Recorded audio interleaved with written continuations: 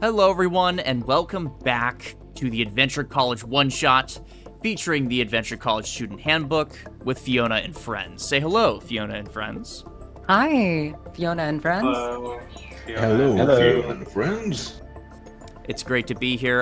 Last time, we had to cut things short because one of our friends had to leave, but we are in fact back and ready to party. So let's go ahead and jump into the recap from last time, and also turn this music down because it's really loud on my end and I don't know. Anyway, okay. So, last time, we introduced the world of Terra, a world built long ago by primordials. In this world, adventurers keep dying, and so, a school is built to train great adventurers called Adventure College. It's nestled in Topheron's capital of Verdanaut, and we zoom in to a bunch of students in their final week of their sophomore year. Oh shoot. Did I, in the announcement post, did I say sophomore? Nope, I said their semester year. Whatever. That's not important. What's important is that our students went on a little bit of an adventure, trying to secure items for their final in their general adventuring class. In this class, they were told to collect spell components, with the idea that the more rare spell components could be worth a lot more, while the more common ones would be worth a lot less. This is where they eventually were assigned together. They found some items within the school grounds by looking at the stables with Mr. Goodboy. And they also brokered a deal with the local mechanic shop to maybe secure some oil in their future. Eventually, they made their way into the forest, where they fell down into a dungeon of horrors. In this dungeon, they did some investigation, fought some skeletons, got acid dumped on them. It was a whole thing. Along the way, they learned some important things. One of which is the name of the wizard that apparently had something to do with this place. Valthrak. Valthrak. Additionally, they learned about a place called the Allfather Sanctuary, and that this Valthrak character was trying to summon a very important giant of some sort. That leads us to now. You all have just finished murdering all the skeletons in this room, all chained to walls, and you were just about to investigate this chest in front of you. It should be noted that the fireplace, I'm going to ping, also works like a Scooby-Doo door. It rotates 180 degrees upon Oh yeah, I remember finding that hitting a out. button. And with that, I believe the floor is yours. Well, I remember finding out about that door and having a little spin around and getting freaked out there. So, we haven't opened this treasure chest, folks. Y'all want to investigate this treasure chest? Mm-hmm. Yep. Yep. Should I roll some perception for traps? Be paranoid. Yeah. Treasure is treasure, right? Absolutely, yeah. Go ahead and roll for traps. I believe that's an investigation. Mm-hmm. Okay, I'm gonna investigate. I'm gonna click on investigation and see what comes up. So are we using the one on the left by default, I think? So Yes. I rolled a 2, yikes, plus, Whoops. 3 You rolled a plus, 3 plus 5. I rolled a 3. 3 plus 5, so I got an 8 on investigation for traps, guys. That's right. Good start. With an 8, there doesn't appear to be a whole lot of danger. Awesome. I love it when there's not a whole lot of danger. Auto solver is on the case. Danger, Nice. less danger, the faster the solve. Let's go. Is there a lock on it? Is it locked? I believe it's not. I'm gonna open that chest. Like, there's probably some clues in it. So, why not, folks? Anyone else want to gather around before I do that? Or should I just go ahead and open this chest up? Well, I believe Mag would be close to Otto after cleaning this whole place because like those two they are okay like by themselves. I need to be close to the small one. Yeah, Auto Solver is like a small, once upon a time, like kind of clockwork like kind of like Metal Gears, like steampunk clockwork, but made of metal, little like automaton. It's kind of like halfling sized, or human child sized. It's like I don't know, just a sneaky little one. Otto's gonna throw open that chest. Okay, you throw it open and there's nothing. You're good. It's just a normal chest. It seems like whoever put this here didn't really expect anyone to walk through an entire thing of skeletons, but you guys are so crazy that you made it work.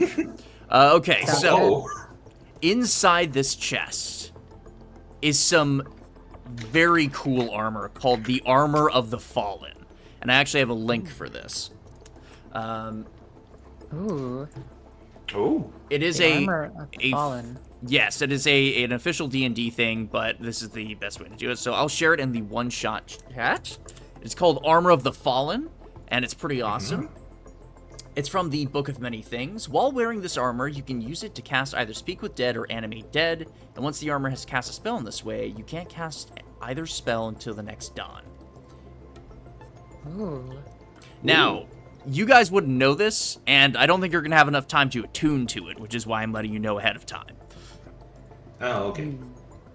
Okay, so it's not useful in this moment, but it's nice armor. It's very nice armor, yes. Something that you guys might want to keep.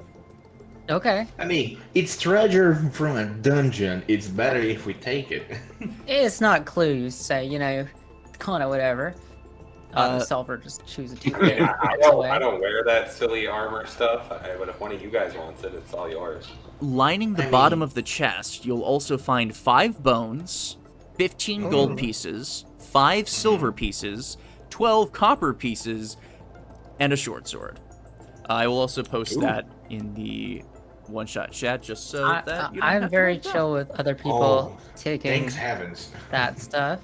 We got all my weaponry I need, but I mean, we can sell that stuff later if we don't need it.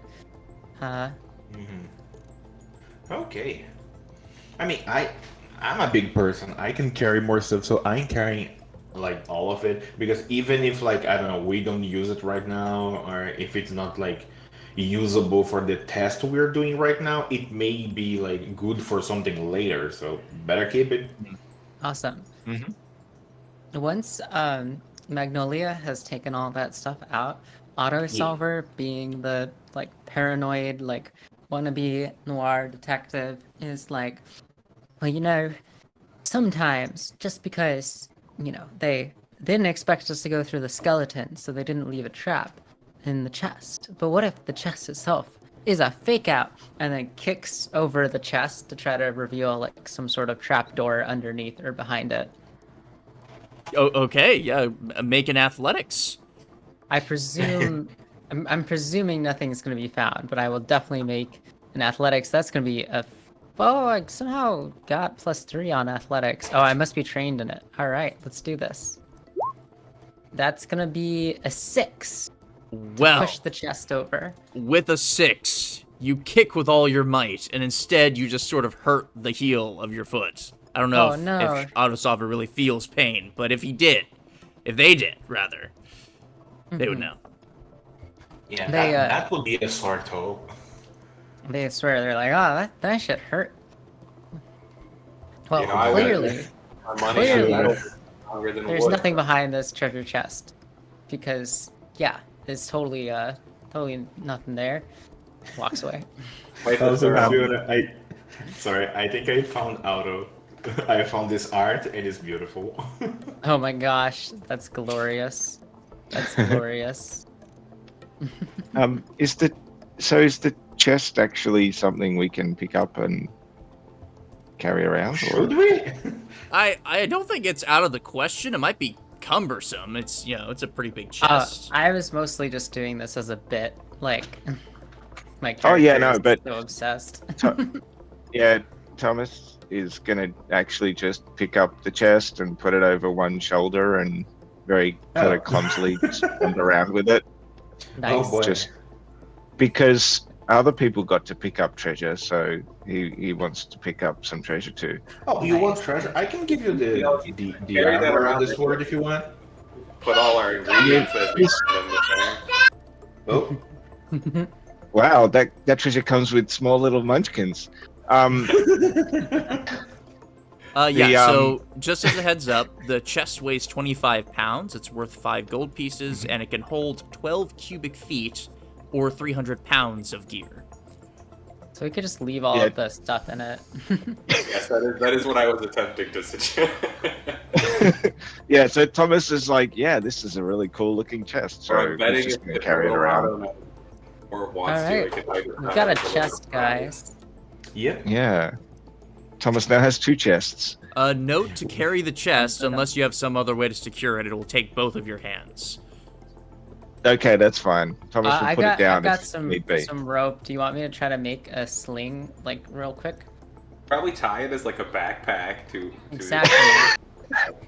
That'd be like a All right, Tinker's cool, why tools not? check. So I'm it's not fun. like I'm not like proficient in Tinker's tools. I don't think. Oh wait, I am. I totally am. So. Sleight of What is hand that? is also used to like tie knots. I don't know what your sleight of hand looks like though. Oh, that's true. That's +7.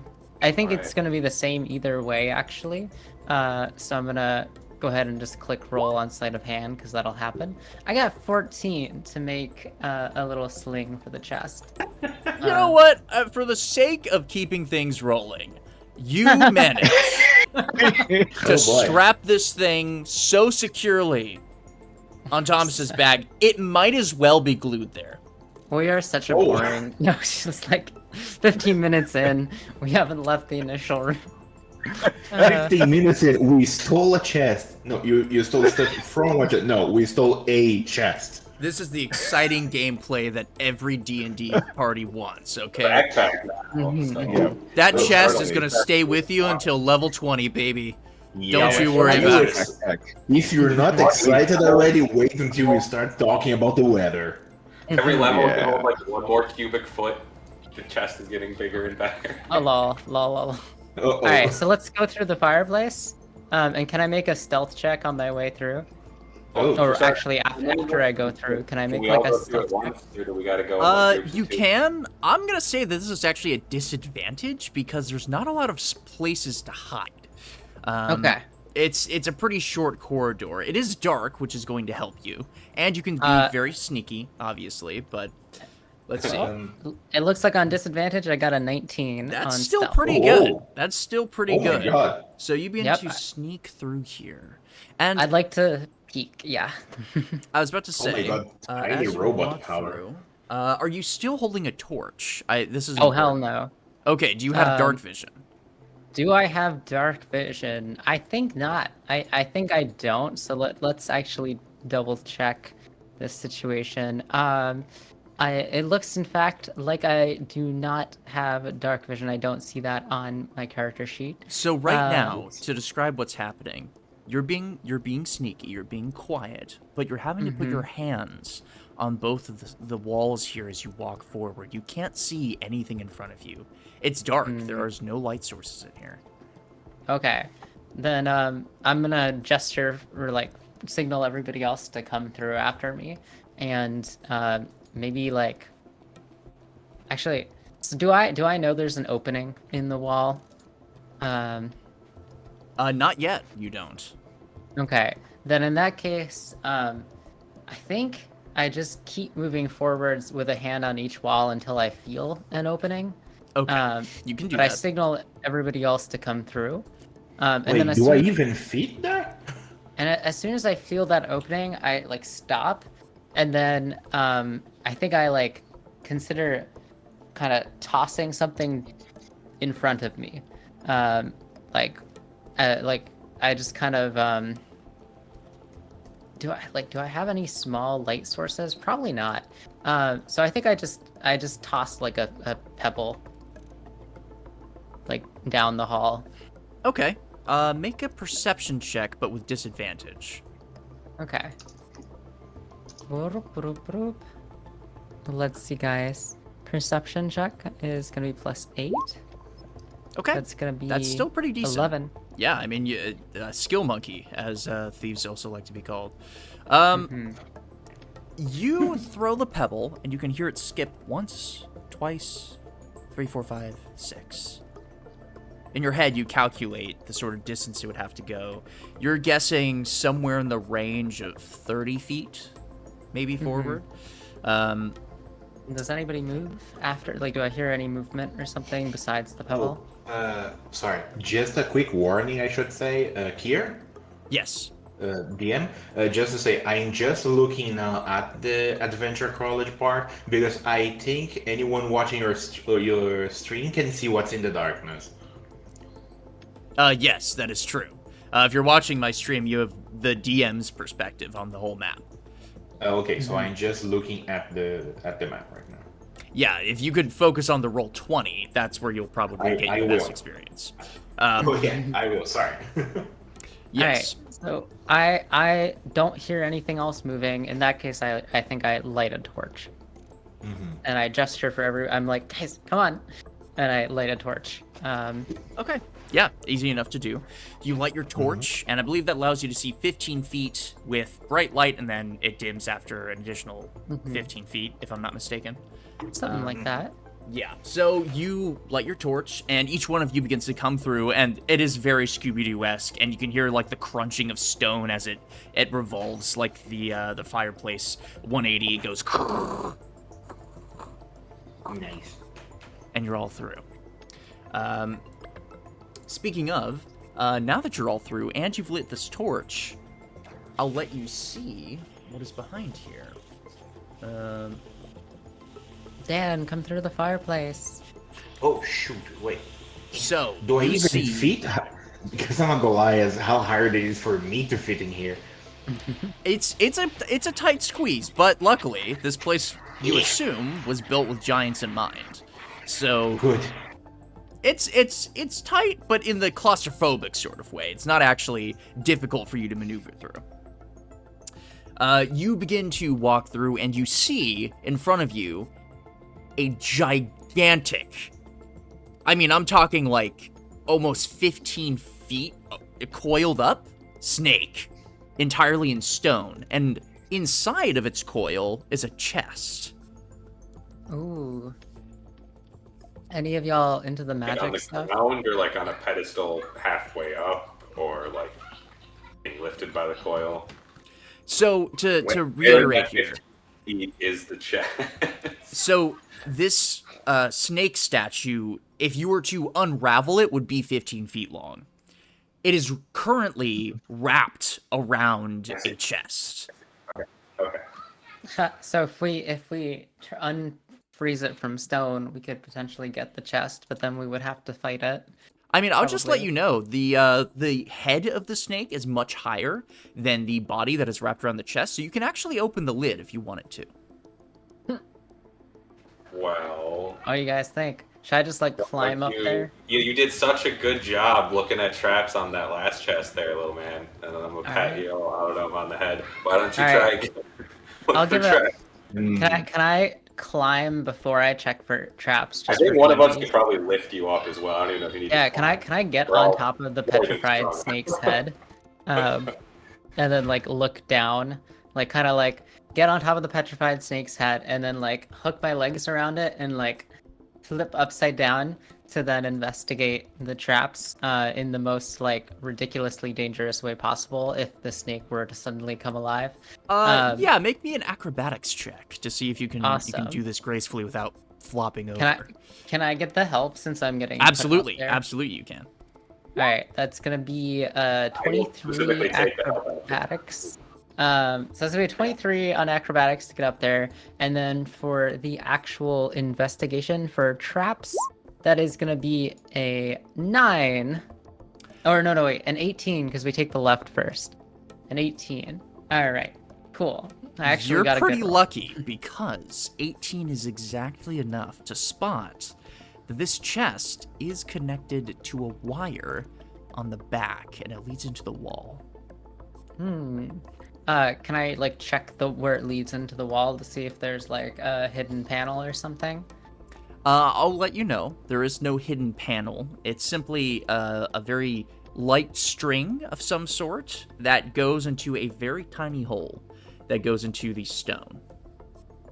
Interesting. Can I try to disarm whatever this is, or like investigate Absolutely. what would happen if it went wrong? Yes, I believe you could use your thieves' tools if you wanted to. Awesome. I think I will, in fact, do some thievery. So I'm just gonna roll. It's dexterity, right? And then you add your proficiency. My proficiency. I'm just gonna roll stealth because that's gonna be the same, come out Okay. to the same thing.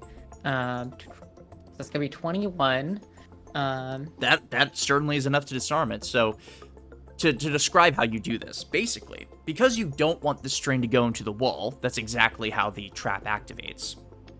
You essentially take the string, cut it, and then set the string on another part of the chest that does not move up or down, and then you secure it. You take the other part of the string that is connected to the chest, and you tie it now back again to the string that you just cut. So it gives the same length, but it is nowhere close to being activated by anything, and you can open the chest. What you Nice. see inside is actually nothing. It appears this is entirely to trap you. Ooh, dang. Except it's not actually nothing, is it? It's a nice, valuable chest. Yes, if you wanted to try to remove it, I will let you know that the stone is cool. coiled around the chest. Okay, that seems like it would take too long and be very, very I want loud. to take 1 copper out of the chest that Thomas is carrying and then put it in that chest. Now there is something in that chest. We just put a copper coin in to fuck with look, any that way it's when the next group of people opens this chest, they feel more cheated, probably, actually. Oh my gosh, that sounds great. Oh my so god. I'm just gonna at that point say, unfortunately, folks, nothing in the chest. There was actually a trap. Whoever has set up this dungeon clearly has conspired to ensure that inquisitive adventurers like ourselves will fall into a myriad array of traps and difficulties, besetting us that just such that we will never endeavor to reach the center and discover the secret at the heart of this conniving plan. But never Meg fear, kind of like Joy Silver is on the Meg- case. And As then I you just- explain it, Meg kind of like scratched the back of her head and goes, "Isn't that like all dungeons?" This one's special, and I just run down the hallway. Okay, running down the hallway, I will let you see. I squeeze myself. And Running just down the hallway, very fully slow like pace, runs like for the 30 feet. tiny little robot. Not just trying to be like- stealthy. Question: do all of us have a light source? I have dark Right vision. now, you're using the light source that Auto Solver has. Now, just to be clear, did you just say that you're running 30 feet down the hallway? Yeah, I just ran down this hallway without, like, to the end of in the corner where I am now. Oh no. Okay, well, unfortunately, Mm-hmm. Uh oh. you just activated a tripwire. Of course I Uh-oh. did. And Auto Solver so- sees, as soon as the tripwire goes off, regardless of what happened, Auto Solver goes, "See, I knew it." And in This fact, only proves my point. this is going to initiate some combat as Oh no. you The suddenly snake's hear alive. hissing. Oh gosh. Oh no. And from the walls begins to drop down snakes. It's insane. They're huge. They're coming from the ceiling. Okay.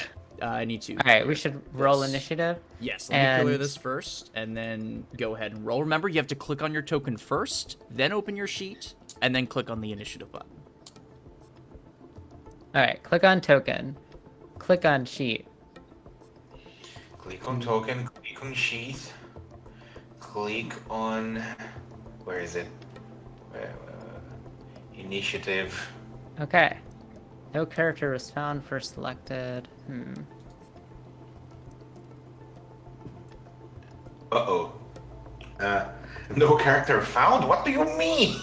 Yeah, that was my issue too. I can add you so- manually.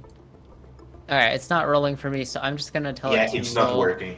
a d20, and Okay, let me see. My initiative is 0, so it's probably just a d20. Oh yeah, I'm just gonna roll.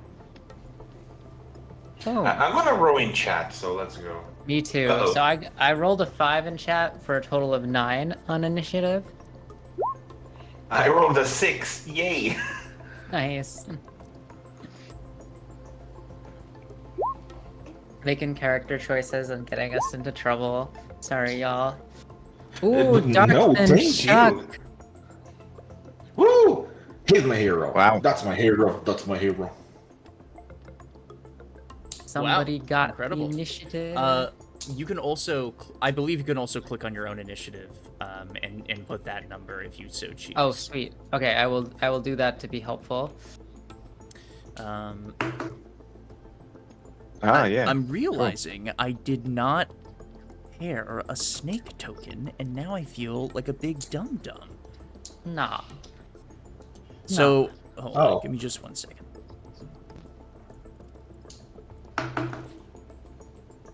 Dan, this art is phenomenal. Do you know who the artist is on this?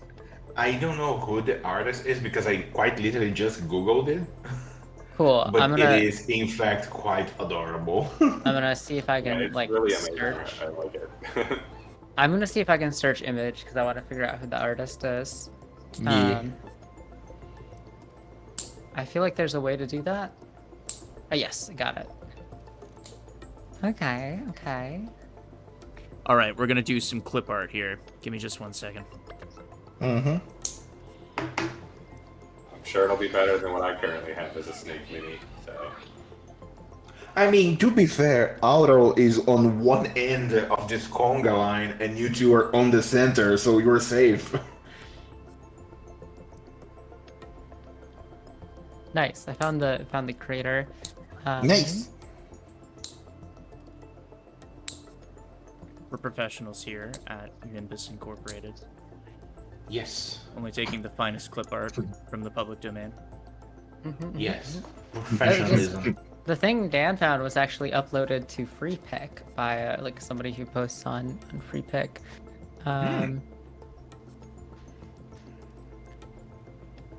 Okay, I think I got it. I'll go ahead and upload that.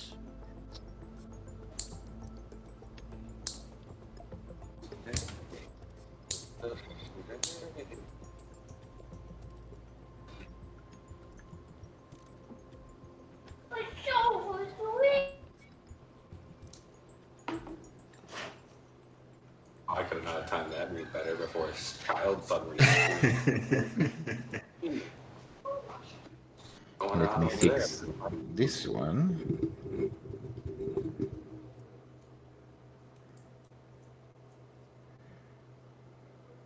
Okay, let me try this. There we go. Snake! I did it. Snake! Snakes! Snake! Everywhere! Ooh. All around! Oh no. The problem is not everywhere, just around me and Auto. We got this. I haven't We taken. I do. don't think I've taken any damage so far. Theoretically, I go first. So I think I can solve at least one of these snakes. And I'm gonna use my special cloud dice. Go Ooh, ahead. cloud dice. I know. Cloud Pretty dice, fancy. ooh. Shout out to They roll. Fancy. roommate. I'm not going to guarantee I crit like 5 times again today. Cloud dice served me well. They got an 18 on initiative. Ooh. Oh boy. Oh boy, oh boy, oh What did boy. you get, Dan the man? 6. Okay. Go ahead and enter that. And then we'll go to descending. So I believe that's Darkfin Chuck going up first. You can see these snakes are bigger than your average snake, and I don't think anybody here... Oh, maybe Magnolia. I'm actually going to give this to you for free. Would you mind rolling me a nature check? Oh, of course. With the happiness in my heart and the fear in my soul. All right, never mind. You're good. Uh-oh. I look at them and I say exactly the one thing I know. I yell, "Snakes!" and I can't move. That is hilarious. All right, let's get some more intense music going, like this one.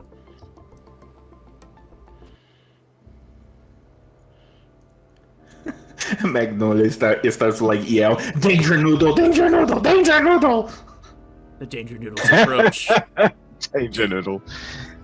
What is Dark Vinchuk doing? Well, I'm assuming I can see around the corner there, right? Am I like close enough to be able to know that there's snakes down there? Or do I only know about the ones behind us? You can hear them surrounding you. Well, then I would probably go past the Llewellyn and try and go fight some kid. Sure. Yeah, it shouldn't be hard. Just note that moving through your teammates does cost extra movement, but in this case, it's pretty menial. Also a monk, so I could probably spend key points to deal with that. if I needed Absolutely, to, yeah, but it's not a big I'm deal. not moving very far, as you pointed out, so I'm just gonna punch, probably. I don't know if I want to shoot a gun in this tiny little hallway. I know that's not really like a thing in D&D, but I'm gonna pretend it is. All right, let's see it. How many times do I punch? Oh, and for convenience's sake, I'm also going to color these guys. Oh, okay. I have extra attack, and then I'm flurry of blow. Okay. Now I just click attack.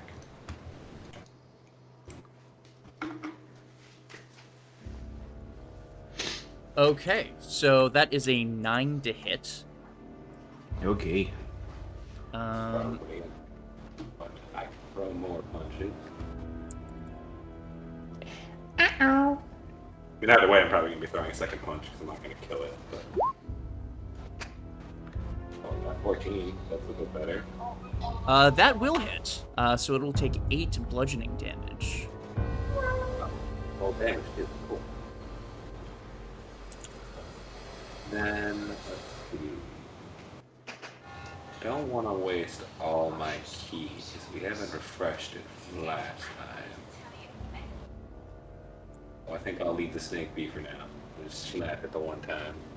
Okay, you punch this thing, and it has a surprising amount of meat on it. It's like trying to punch a bodybuilder's arm. It's pretty tough. All right.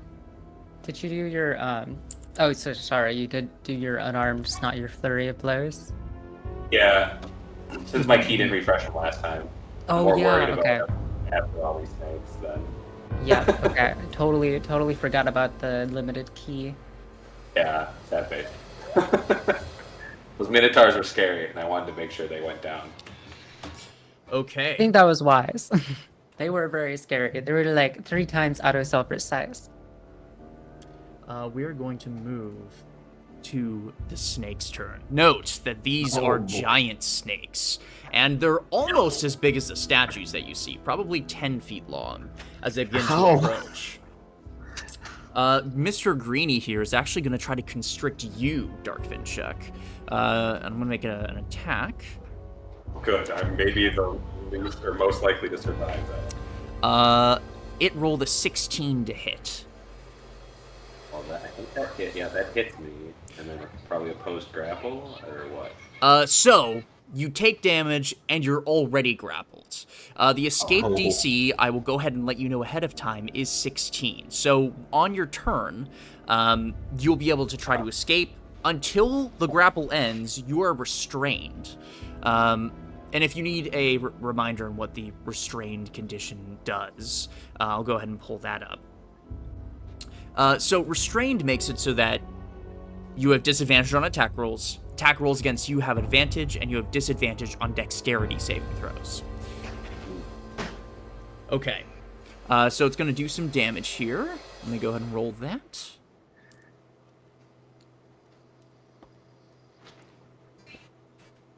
Okay, so you'll be taking 11 damage as it begins to coil around you and squeeze your bones.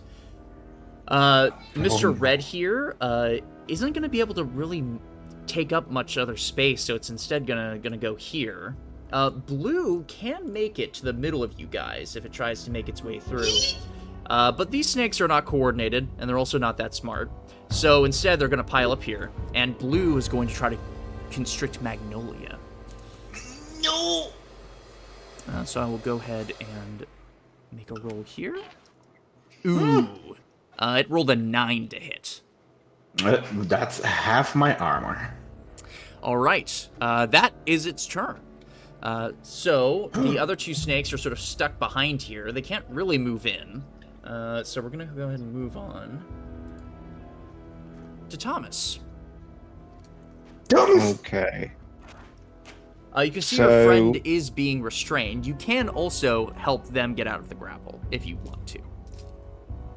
I obviously cannot get into melee with anything at the moment, can Right. I? It's you could move at half movement and try to get to here, I believe. Right? Okay. Because that's 5, 10, 15. So I would argue you could make it to here if you wanted to get around the snakes. Okay. Let me see. I think instead, who is it that's grappled? Is that here? Yes. Okay. So, if I want to help remove the grapple, how do I do that? You would be rolling Can I try against and- the snake. So you would choose either athletics, or I guess it would have to be athletics because the other is acrobatics to escape. But you'll be using athletics, and you got to get a 16 or higher. Okay. Athletics, 16 or higher.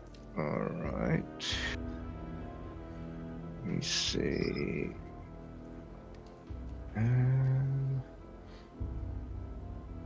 Let's see if I've got something else that will help more.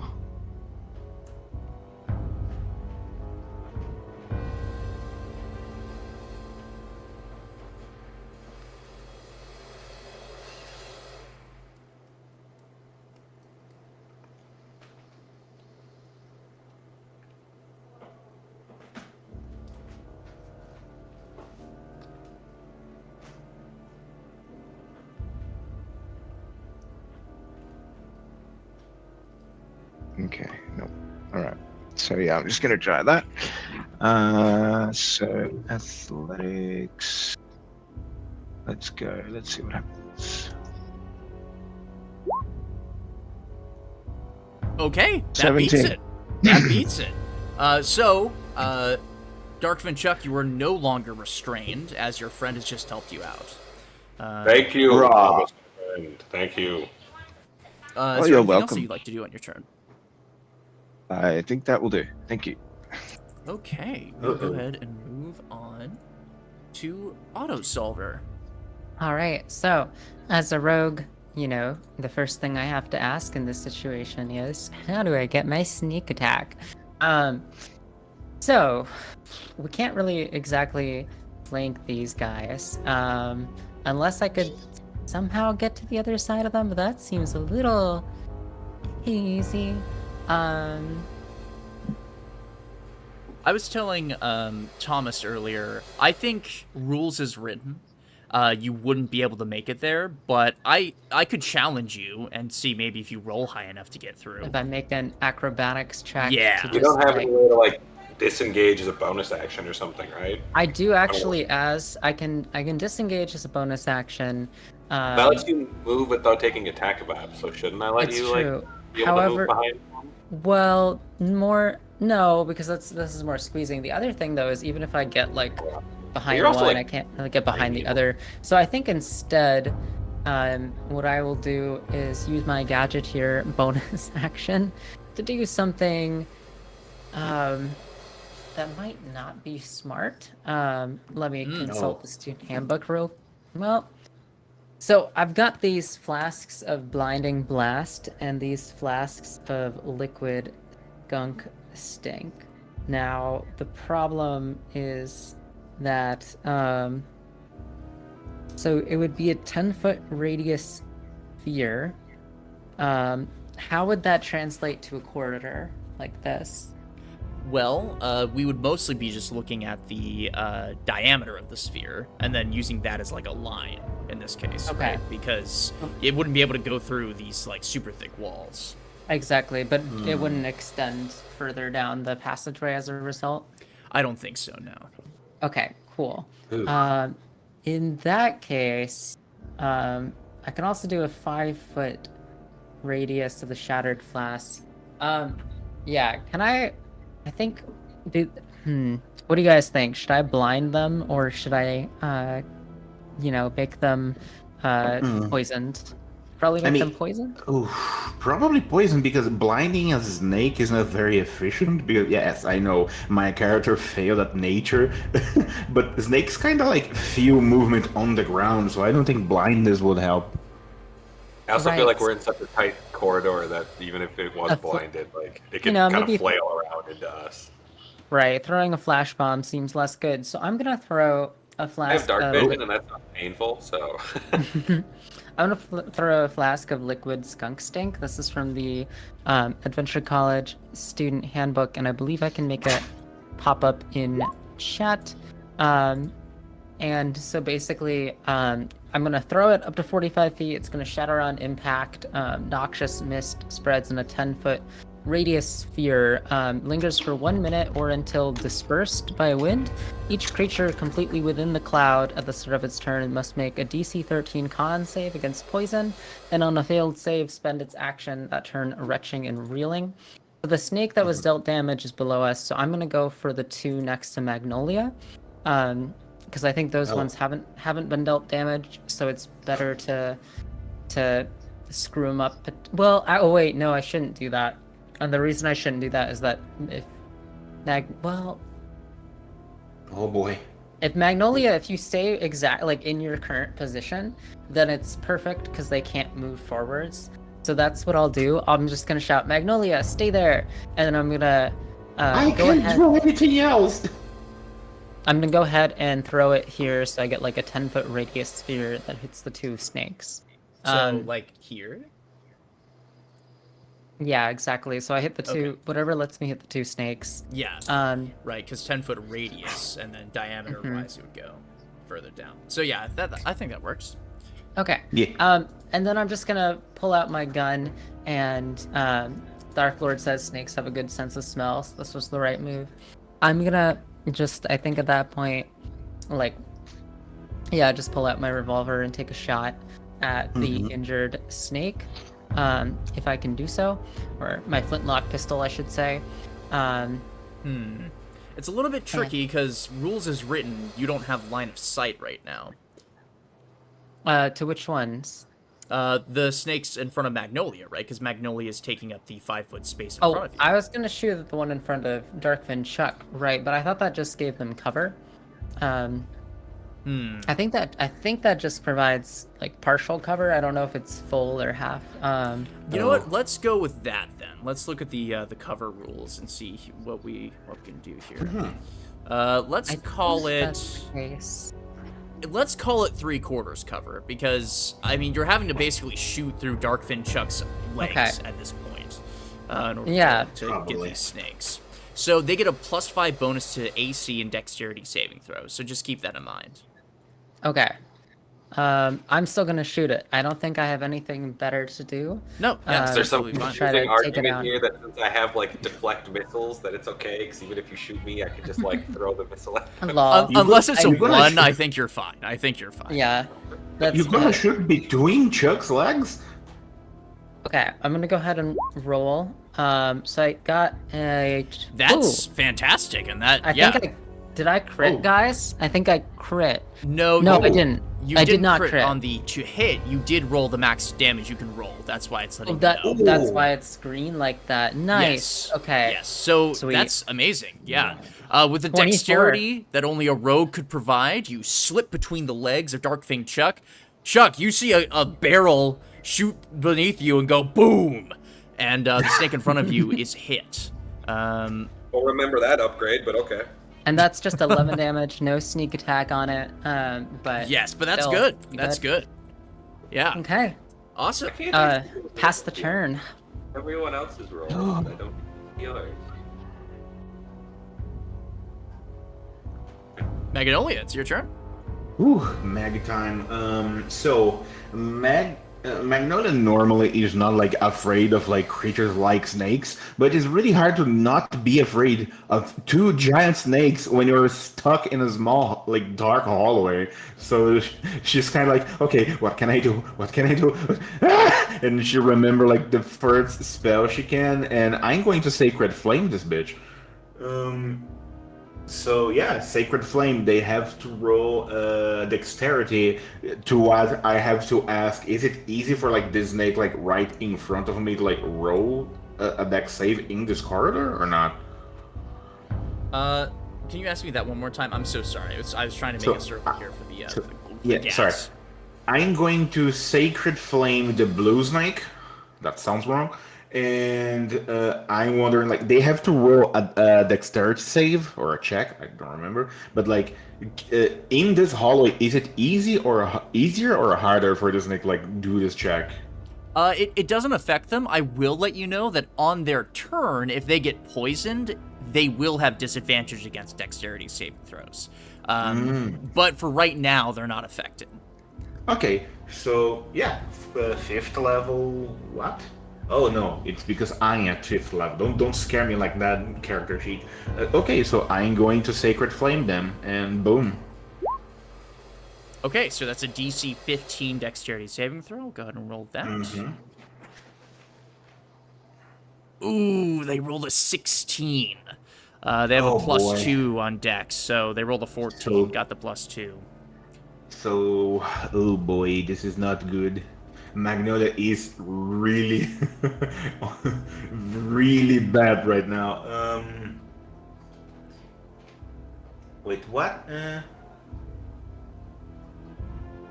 Oh yeah, so I don't hit. They actually succeed. It's not like half damage. It's a cantrip, so it's the full damage. Yeah.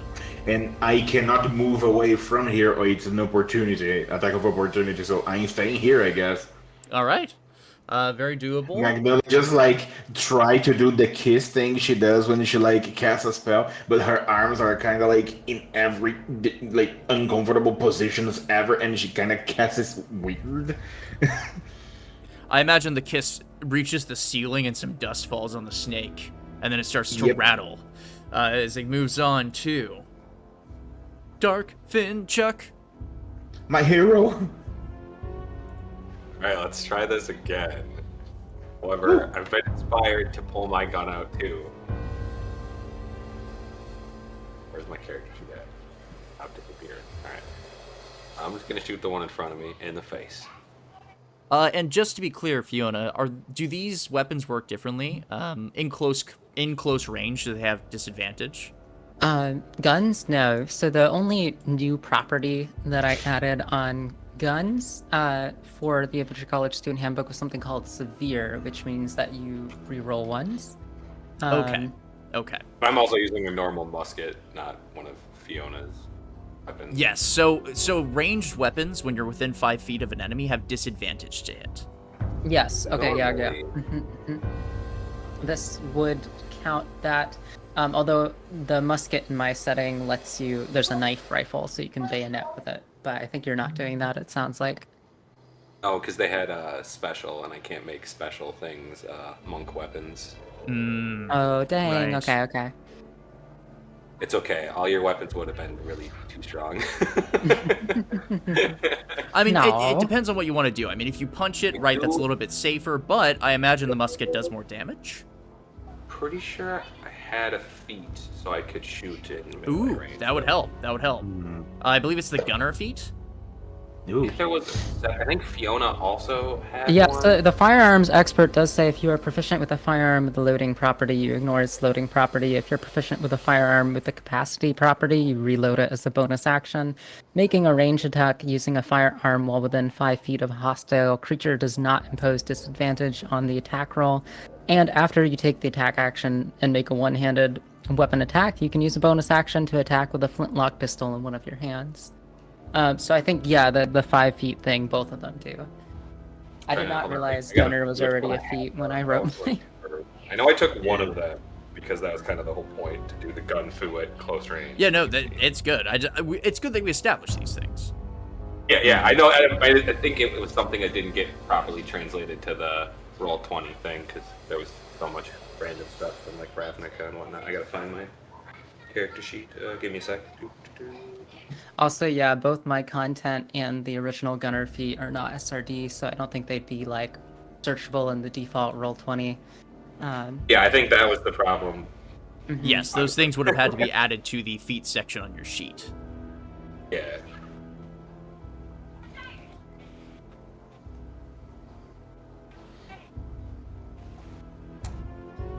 Yeah, I had to put special on some of the weapons so they couldn't be abused as monk weapons, because some of them would be like the You shotgun. definitely need to, or there was some really crazy ones. Yeah, like Yeah. there's a shotgun one. Oh. Let me see where to add that. Oh, you can just worry about it later. I've got it, regardless. Okay, is it the gunner feat or the one from the Yeah, I have Gunner. I didn't take Fiona's ones because there was more stuff to it, and I was like, I'm just gonna take the one with less text. Okay, that's fair. That's fair. Especially when you were like, we got to put it in roll 20 or whatever. I was like, okay, I thought I was making the easier decision, but. All right, with an regardless. 18, that hits, and that's Damn. 12 piercing damage to Green Snake. I'll go ahead and mark that. Boy. And you can see as Assuming the it's still- bullet ripples through, you can see the entire length of the snake shivers and it begins to hiss at you. So that snake has taken 11 from me, 12 from this, and 8 from Chuck last round. Yes. Wow. Does it look like injured or? I will inform you that it is bloodied. Oh gosh, Okay. these guys are tough. I'm gonna just try and finish this off, though. Let's go with one For those more of you muscle following shot. at home, I'm using the giant constrictor snake. Oh, wow. Yeah, that hits again, although you rolled a... Yeah. So, Damage. 3 extra damage. Not too shabby. It's not the worst. And then Oof. I'll just unarmed strike with a bonus action. And most likely miss with that 8. Yes, you will miss with that 8, unfortunately. But hey, that's okay. I just punched where I already blew a hole on accident. Like, right. I just blew a hole there. That didn't work.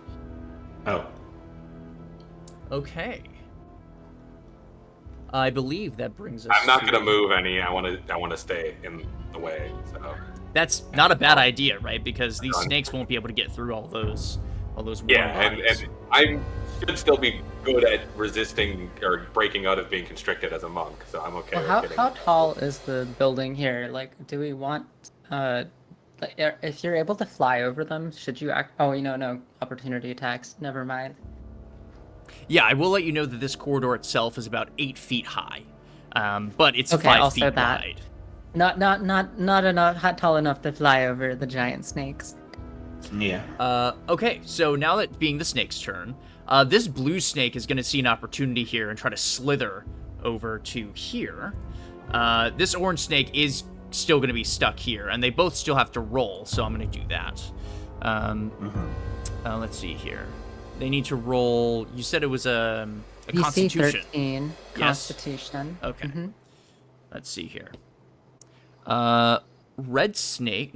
Orange snake rolled a 9, so it'll be affected. Come on, blue snake, the one in front. Blue snake rolled an 11. Oh. Okay, so we don't have to be hurt by them this turn. Right, because they're coughing, they're hacking. Mm-hmm. Blue snake still gets to move, so we'll do that. It's gonna make it to Snakes here. can move through Magnolia's square. It costs extra movement, but yes. Oh. Okay. This snake is gonna move here and still be affected by this next turn. So those two snakes, they're done. They use their action to have to hack and cough. They're also poisoned, which means that they have disadvantage on attacks and ability checks. So I'll go Nice. ahead and mark them for poisoned. Let's go with, like, this symbol here. Okay. Green snake is going to try to constrict you again. So Who, roll me? that. No. Wait, no. This is to Darkfin Chuck. Oh, okay. Oh, It's a this is much me. worse. It rolled a 10 to hit. Well, that does not hit me. Okay. And this I can red dodge. snake cannot go anywhere. So we'll go ahead and move on to Thomas's turn. All right, right, you got this, Thomas. You don't have to help me this time. Show these snakes. I'm what you really can glad do. Thomas is in melee now. Do it. So I have a blue poison snake next to me. Yes. Yeah, it is poison, so it'll have Okay. disadvantage on saving throws until its next turn. I Not think. saving throws, ability No. checks and attacks. Oh, okay, okay. Okay. All right, awesome. So, do, do, do, do, do. Thomas is going to do a reckless attack. Okay. So Um, they'll have advantage to hit you, but you yes. have advantage this turn. Yeah, and it will have disadvantage as well. So hopefully that works itself out. Yeah, they'll have to roll normally next turn. Is essentially what's going to happen. Actually, I have to point out they do not they're not poisoned. That's not part of the liquid skunk stink. I just phrased Oh. it as a saving throw against poison, so that Ah, if a creature was naturally resistant to poison, they would be resistant to this. Like if you have advantage on saves versus poison, that was just like a little language I put in there to catch that like racial ability proficient like bonus or something like that. So the snakes are not Okay. poisoned. I have to rules lawyer myself. All right. Cool. That's good to know. That's I'll good. go ahead and take that. okay. So in that case, instead, Thomas will rage. Okay. Yeah. And so, how do I do that? Do I have to actually do something? No. All right. Yeah. You just have to So mark that that you've keeps- used it on the sheet, but there's not like a thing for it. That's it. Yeah. Okay. Cool. Done. On your turn. It seems like something at any- you would add, like a little like rage button that would then like auto deplete it, and then notice Yeah. switch to like the rage value. I mean, you can roll it in chat. It's a manual use thing, right? You get to choose when you use it, so you just mark it down as used. Cool. Done. So swinging. Just also trying to figure out how to actually roll my attack on this sheet. I seem to have forgotten how to do that.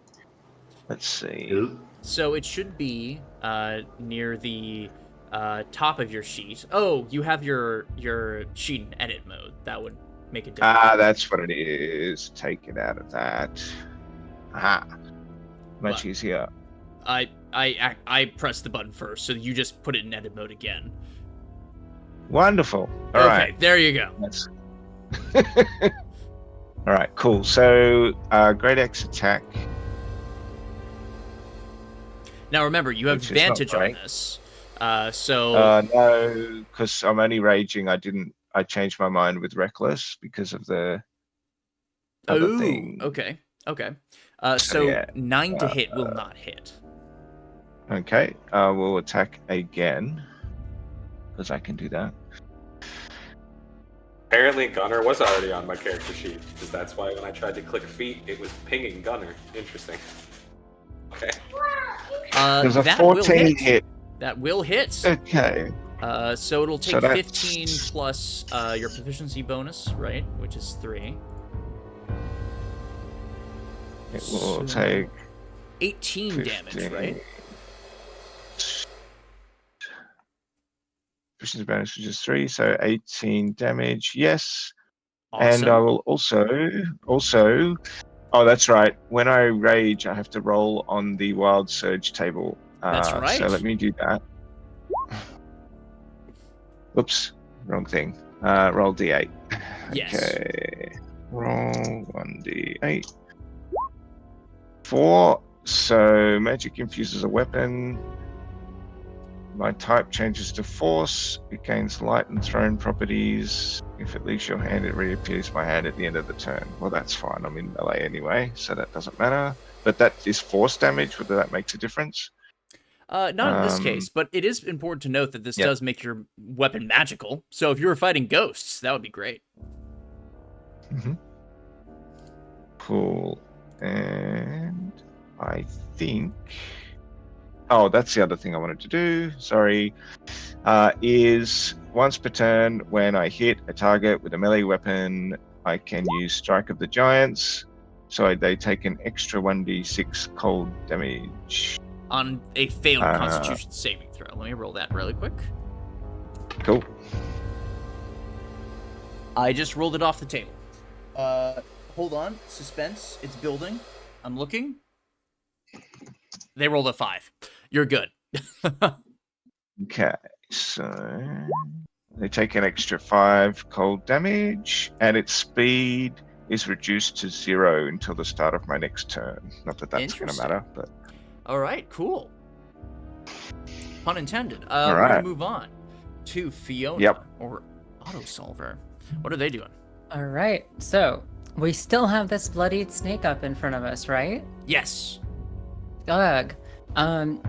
Well, I think it's time to do exactly what I did last time, except this time I'm gonna chuck the thing to poison the snakes in the direction of these two snakes. Yeah, so I'm gonna smash it right around here. Yeah. Let me make a circle for that. Give me just 1 second. Try to get these two snakes in it, and then I'm just gonna go ahead and I don't really have much in this circumstance as a rogue, unless I were to, because I can't even flank it if I were to get on the other side of these guys. So I think that I guess there's one I could flank, and that's the one that's on the left, or like directly in front of me. But I'd have to take a couple opportunity attacks now to do that. It looks like the snakes are running away. I'm really trying to get this circle to disappear. I put it in the wrong spot, and now it's not going away. You know what? It's kind of affecting the No right way. area. Yeah. right? We'll just call it fine. It's probably fine. So I'm Can gonna you like select the circle? I yeah, I'm gonna can, throw but that. I would have to move the entire map. So don't even worry about it. Oh boy. yeah, so I don't really have much else to do except take another shot. So I'm gonna still do that, I think. Okay. Yeah, I'm just gonna shoot at the same one, the injured one. Oops. Ooh, that is a meaty hit. Oh, wait. Wow. Okay, I hit again. I rolled very well, a 16 plus, quite a bit to You 24. fire again. You can see blood splatters. You can see some sort of like greeny, liquidy goo from their inside is spilled onto the floor. They're barely hanging on. All right. Oh, boy. Autosolver chucks another flask, takes another shot. I'll mark down to 2 of these flasks on my character sheet. All right, that's my turn. All right. Magnolia. Magnolia is not having a good day. She just missed one spell. Another snake just like get past. I don't know from. I don't know what space that snake took to get in there, but Magnolia did not like it. And in a panic, I think. Here's the thing: like the strongest thing I think Magnolia can do is the Sacred Flame, because it causes more damage than their weapon. But still, I don't know which option is better. Suggestions? Weapon or Sacred Flame? Yeah. I think. Oof, gosh. What's your weapon attack bonus? Yeah, because let me see. I have a mace. It's +4 to hit, and it's a 1d6 +1. And what's your spell save DC? It's 15, if I'm not mistaken. I would do the spell attack again. Okay, so still trying her best to squeeze in this corridor with snakes around her, which is very panicky-inducing. Sacred Flame again. Okay. They have to make a dexterity saving throw. Let me roll that. They rolled a 14 this time. That's with the bonus. Oh, so boy. you do Okay. hit them. You do hit them. So they will take 5 radiant damage. 5 radiant damage, yep. This time Magnolia actually does like squeeze in the right position to actually blow the kiss, and then like white fire pops in the place where the flying white like sparkle of the kiss hits. Fantastic. Anything else for your turn? I don't think I can do much because surrounded, and I don't believe I do have anything I can do with my reaction. So for now, I just wait. Okay. Darkfin Chuck. Nah.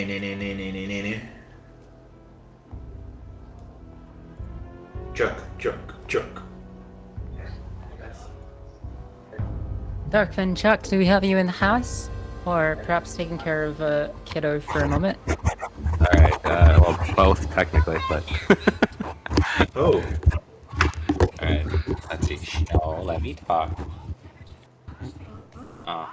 Okay, let's see. Can my character sheet cooperate?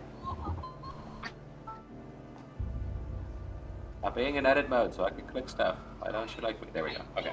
Oh, you're a TV show, aren't you?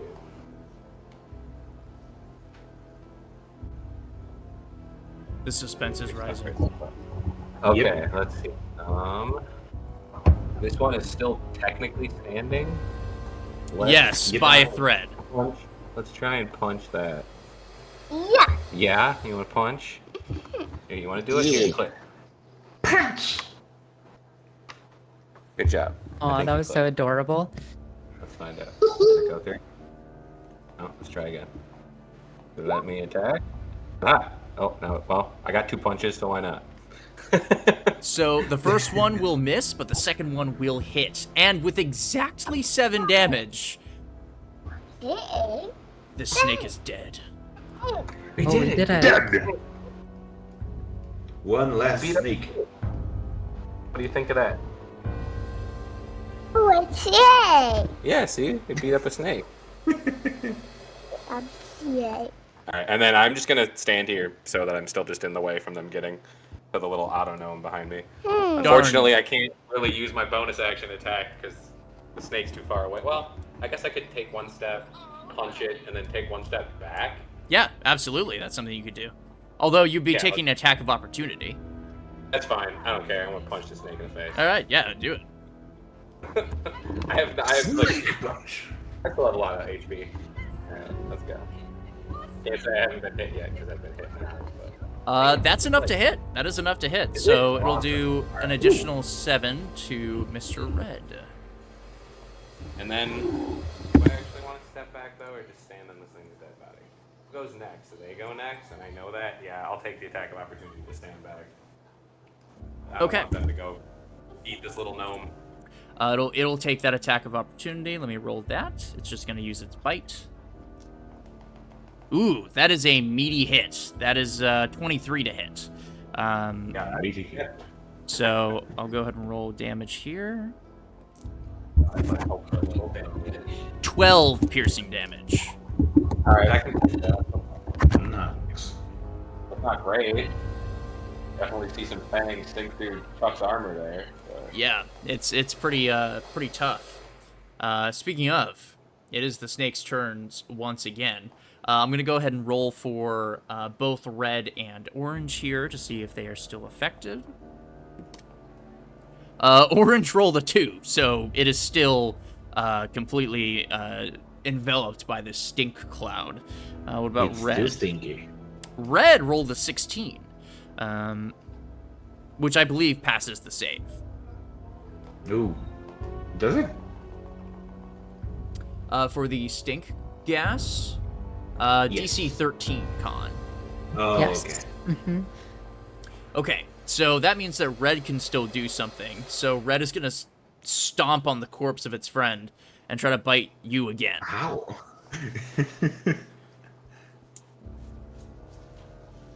It rolled a 14 to hit. Uh-oh. Let me check Darkfin checks armor class. Mm-hmm. Armor class 15, so does not pierce Darkfin Chuck's armor. Orange is Ooh. preoccupied. Blue is still gonna try to constrict Magnolia. No! It rolled a grand total of 9, so you're good. Still have my armor. The snake is trying to like climb on me to like constrict, and Magnolia is just like kicking back, like stay out, no, please. Absolutely. Okay, I'm Thomas. too big to be constricted. Oh, is Thomas here? Thomas? Yeah, Okay, I'm here. it's your Oh, turn. did I miss my? Whoops, sorry. Okay, so I am still raging, so I will make another attack against the same snake, blue, and with axe.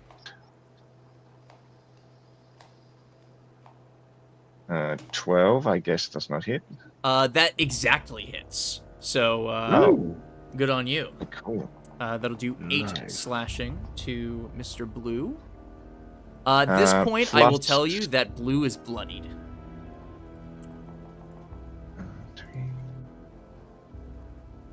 I have to add my rage to that Right, damage right, roll right. as well. So that's 3. Um,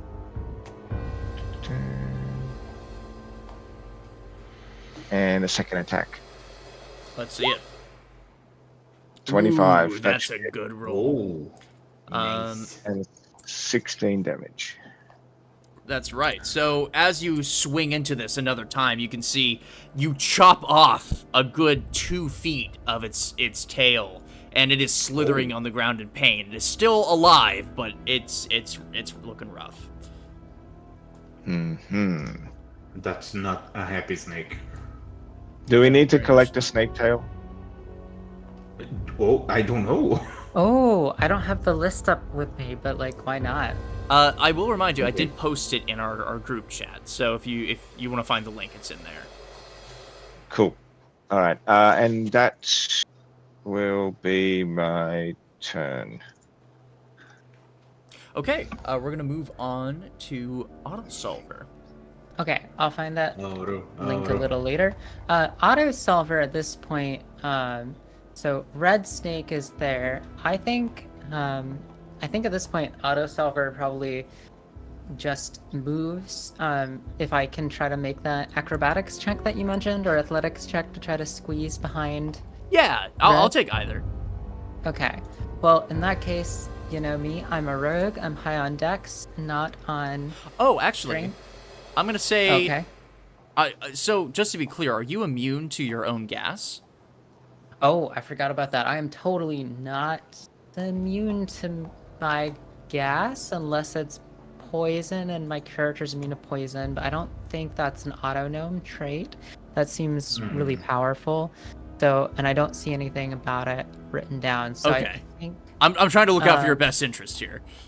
thank you. That's a really good point. I think in that case, you know, I wouldn't start my turn there. So what I could do is I could run. You could, yes, absolutely. Somewhere some code in the back was like, maybe don't actually go run that there way. I don't and know. just keep on running. I think I'm gonna try.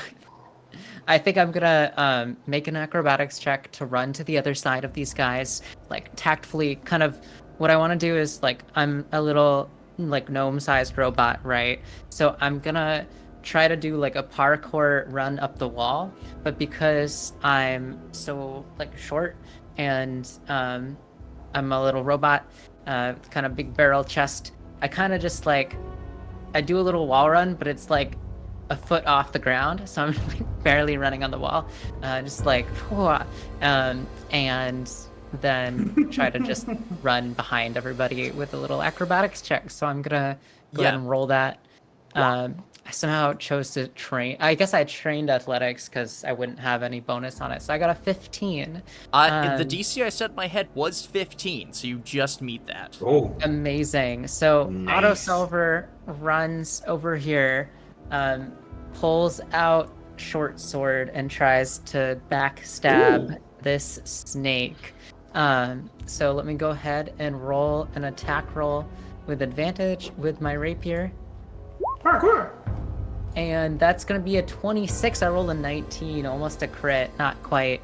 So I'm going to hit it for 9 piercing damage plus at 5th level. What is our sneak attack again? Is it still 2d6? No, I think it's 3d6 at 5th level. Oh, But I could be wrong.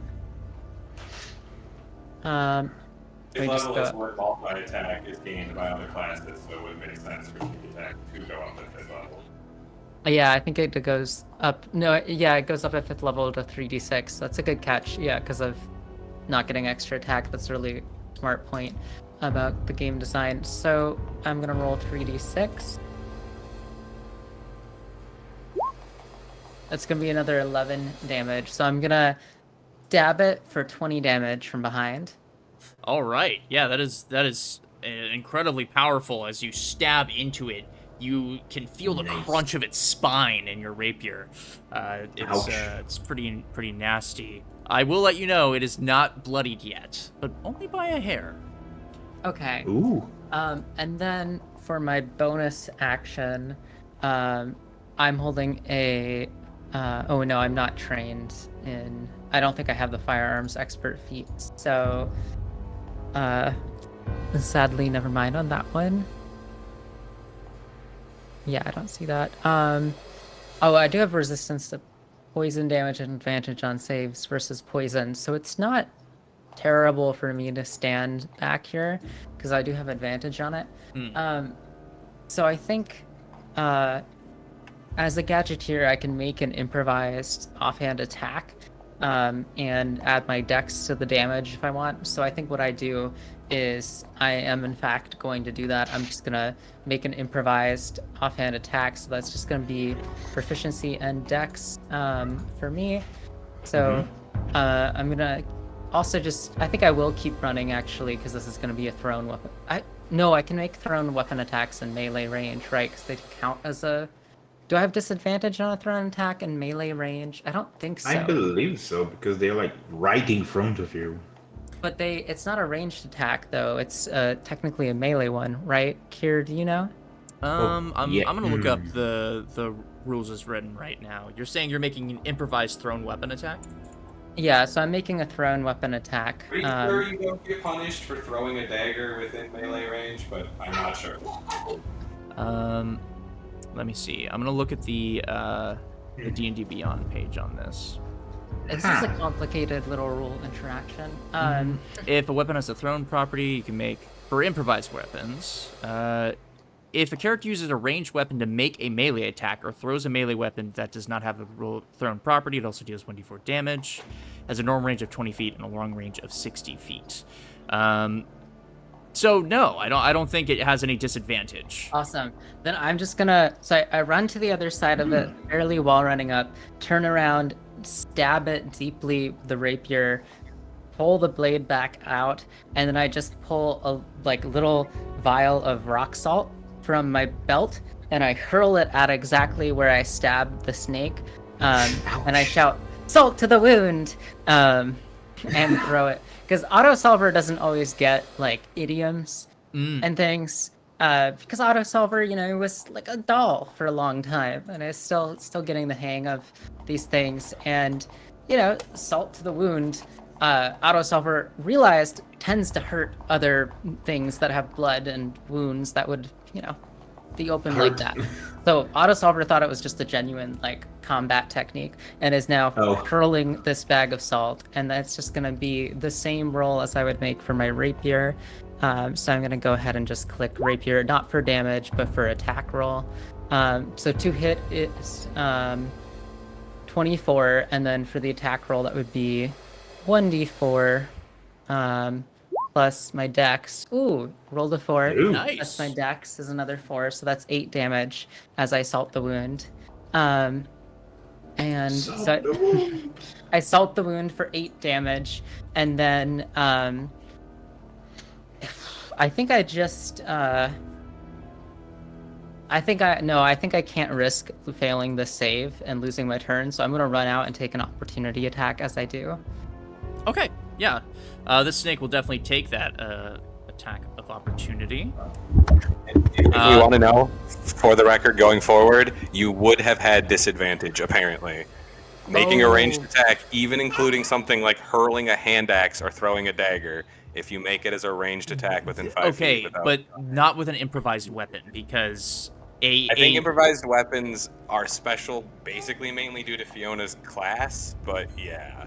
Yeah, yeah, I don't- you're completely correct in saying that daggers and swords and those sort of things do I still in think fact it's kind get of dumb, affected. and most DMs should, in my opinion, should let you throw a dagger at 5 feet, because how is that really Well- any different than stabbing them? I agree. Also, though, I did roll exactly the same number, 17 on the die twice, because we are technically like showing as if it were. Correct. So I'm happy about that. Yeah, I there might be some nerd out there that's gonna tell me it was one thing or another, but we're doing the rule of cool right now, okay? So, Yeah. I with the salted rule the of cool, wound. As we always should. As we always And then I take an opportunity attack, and my AC is 17. they rolled a 19 should. on You are the die. tankier than I am, but hopefully Okay. you take less damage. So they will, in fact, hit you. They are going to do 2d8 plus 4, so that's 7. 5 plus 4 is 16 damage, and it'll be piercing. Okay, 16 damage. I'm going to half it with Uncanny Dodge with my reaction to 8 and take 8 piercing damage. So I'm going to drop.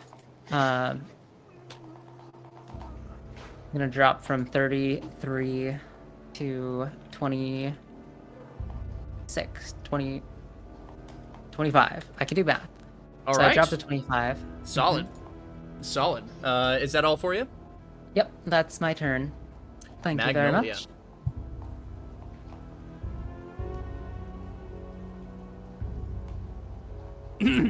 Magnolia.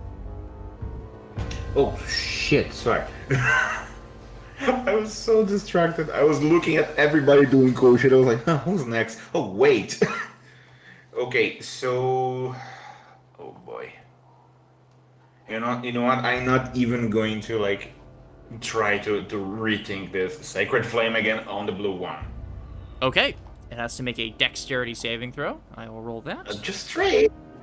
It failed. So it will take that 3 radiant damage. Oh wait. Why just 3? Because I got like 5th level, so Ooh, it should right. be. It should be 2d8. That's correct. So should I roll one more? Go just to ahead and make roll sure? 2 more, since you also hit with a previous Sacred Flame. Okay, so 8 plus 2 plus 7. Okay. I'll go ahead and add that damage to blue. I will let you know you only needed 2 of those rolls. Blue is dead. Your Sacred boy. Flame eviscerates the inside, and you can see the holy light begins to singe the darkened goo on the inside as it slithers to the ground. I would say that Magnolia like reaction in this moment is like she was like all like panicking and trying to do things and kind of like squeeze between 2 walls. As soon as this like blue like burns and pops, she like stops and does this like horror movie slow turn of the head to look at the orange snake, and she goes, "Oh, you're next." Okay, great. We're gonna move on to Dark Fin Chuck. Dark Fin.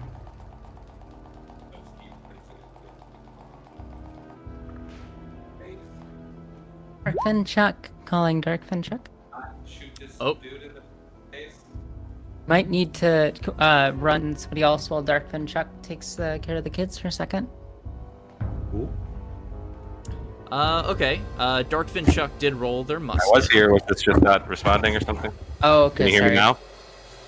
Yeah, you Oh, were it's really okay. far away from your mic, it sounded like. Yeah. Okay. I'm trying to like not have it be too loud with what he's doing and trying to. We'll get this figured out.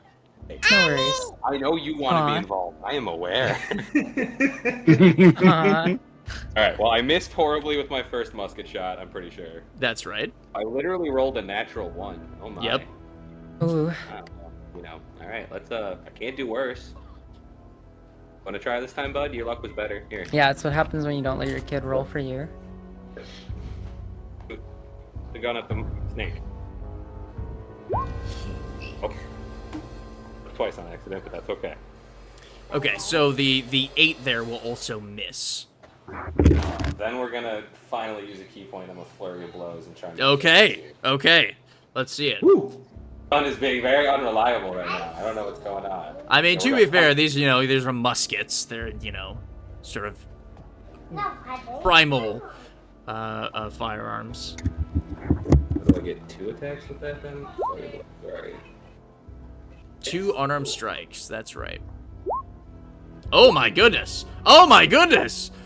Oh boy! And remember, in my system, I like to double the first dice. The second dice we don't need to worry about. So instead, you're gonna do 14 plus 12 damage, which absolutely decimates the snake. You've had enough, and you just kill it right there on the spot. That's a lot of damage. Yeah, my fists. These guns are much more reliable than this gun, apparently. Since this is so epic, would you like to describe how you completely destroy the snake? Oh. But yeah, I try to shoot it once, and it like ninja dodges me and gets me all mad, and then I try a second time, and it like gets all slippery again. And I'm just gonna drop my musket. I'm gonna crack my knuckles. What are we gonna do? We just punch the snake in the face once, and then probably catch it because I'm completely killing it here, and then let's like just punch a hole in its stomach. But don't punch my computer, dude. No, that's not. No, the snake, not the PC. Beautiful. We're already done. Yeah, you don't need to click anymore. We already got the snake. And then, Okay. I don't know. I'll just leave it there as a message. For the sake of keeping things moving, if this snake fails to save here, I'm just going to assume that you all kill it. Oh boy. It rolled a 2. Using teamwork and your unabashed creativity in this very tight tunnel, you managed to kill all of these snakes. Woo! Well done. Victory. They do have snakeskin and other things. I reposted the link to the material spell components in the group chat. So if you want to take a look in there, see if you can collect anything. Otherwise, I will go ahead and describe the rest of the space to you as you begin to explore. It doesn't take long for you to walk around. I will let you know there are no more traps. You set off the only one that was here. Okay, cool. Nice. I'll go ahead and reveal this area. Ooh, It was tactical so we could grind loot, right? exactly. Right, I don't We know. need- It looks like we need snake tongues for mass suggestion and suggestion. So I think that's something we could take. Absolutely. I don't know, just without like so much as a flinch, just starts cutting off snake tongues. Okay. Okay. So, as you guys make your way through here, I'll let you know that you see 2 benches with an assortment of different buttons and levers. Oh.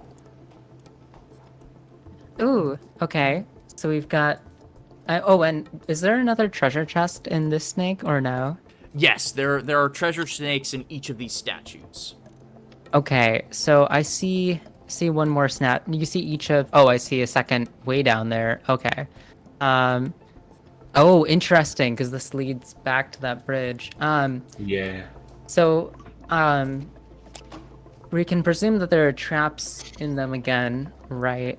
Can I, like, with that knowledge and time, kind of get, like, advantage on checking them for traps and checking if there's anything in them? I'll let you know, you already activated the trap this place has. That's why I said Oh, there are no oh, more okay. traps. You my head, I activated was- it. You found In it. my head, I was thinking this was, like, a tripwire trap, and then, like, that was, like, a it blows up in your face trap. So in that case, let's just open the chest to just check, and then I'll let maybe you use know. levers. All of these chests are empty, unfortunately. I'm gonna put a copper in all of Wow. them. They're no longer empty. They're no longer empty. All right. Auto solver Next looks at all the adventurer will buttons, get rewarded, damn it.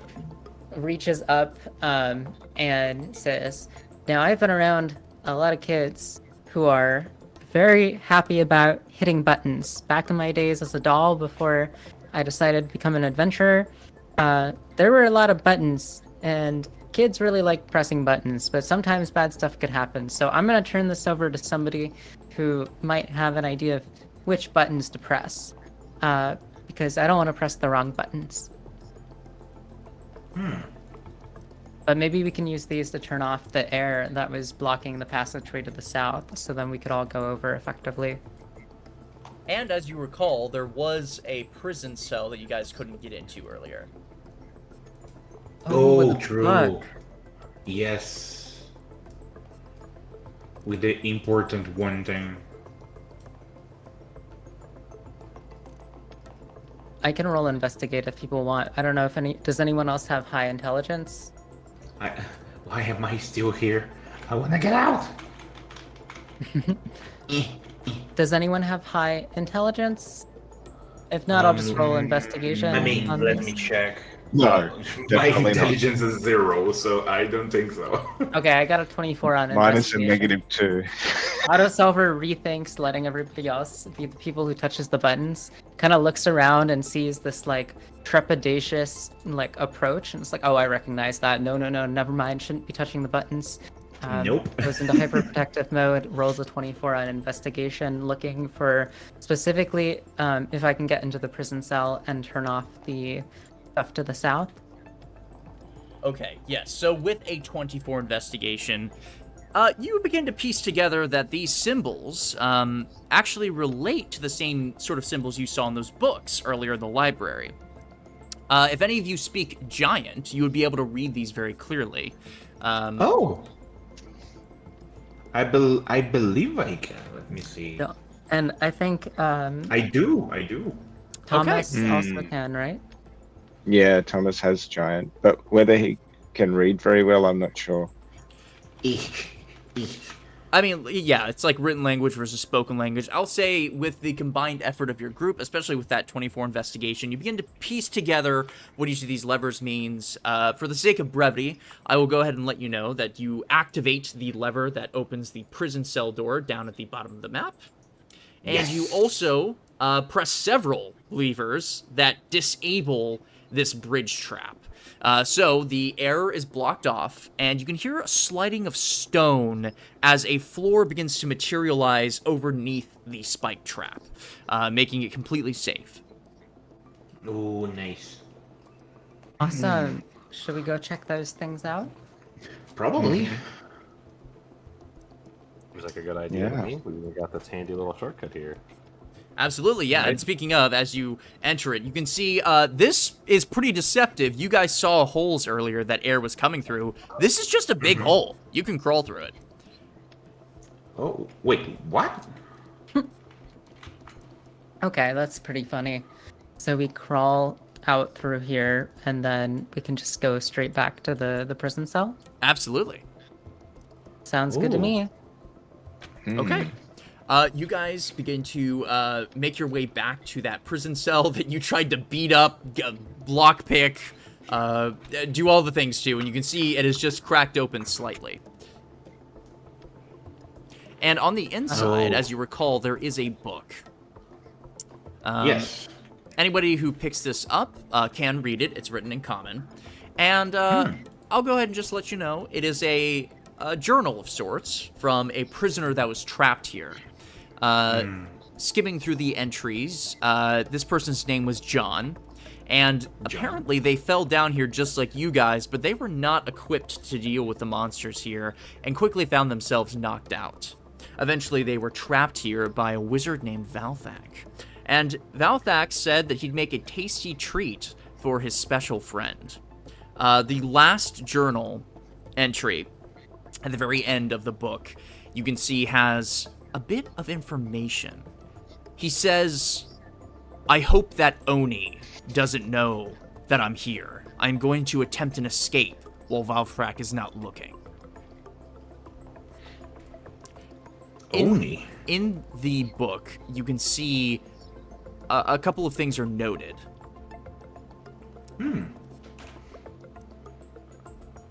This thing is entirely magical. It can regenerate from nothing, and it can change its shape. What? Interesting. Can I make an Arcana check with any of that? What are you trying to discern? If I can identify the type of creature, or if it's an Oni, if it has a weakness. Oh, yeah, sure. Go ahead and make an Arcana check, or I would take Investigation. Arcana 13, Int 8. You'll note that this book doesn't speak of any critical weaknesses like you would find on, let's say, like a troll to fire. Instead, it recommends things like beware of its darkness, beware of its ability to deceive you, and beware of its strength. And that's when we reveal that Thomas, this entire time... No, I'm just kidding. What? All Oh right. no. Well, let's guess continue venturing into the dungeon because we still haven't found an exit, right? That's correct. So- Bro. Okay, I will let you know that the only part of the dungeon that you have not explored is to Yeah, we the gotta go back east. across the bridge. Yeah, the last. Oh boy. Okay, Eh, let's eh. cross I the think bridge. technically only I've been over here before. That's correct. And you also solved this puzzle over here, if I'm not mistaken. Which one? The puzzle to the north. The north. I believe so. Yeah. Oh, the one with the skeletons we cleared. No. Or with it's another with one. the cage. The cage. I think so.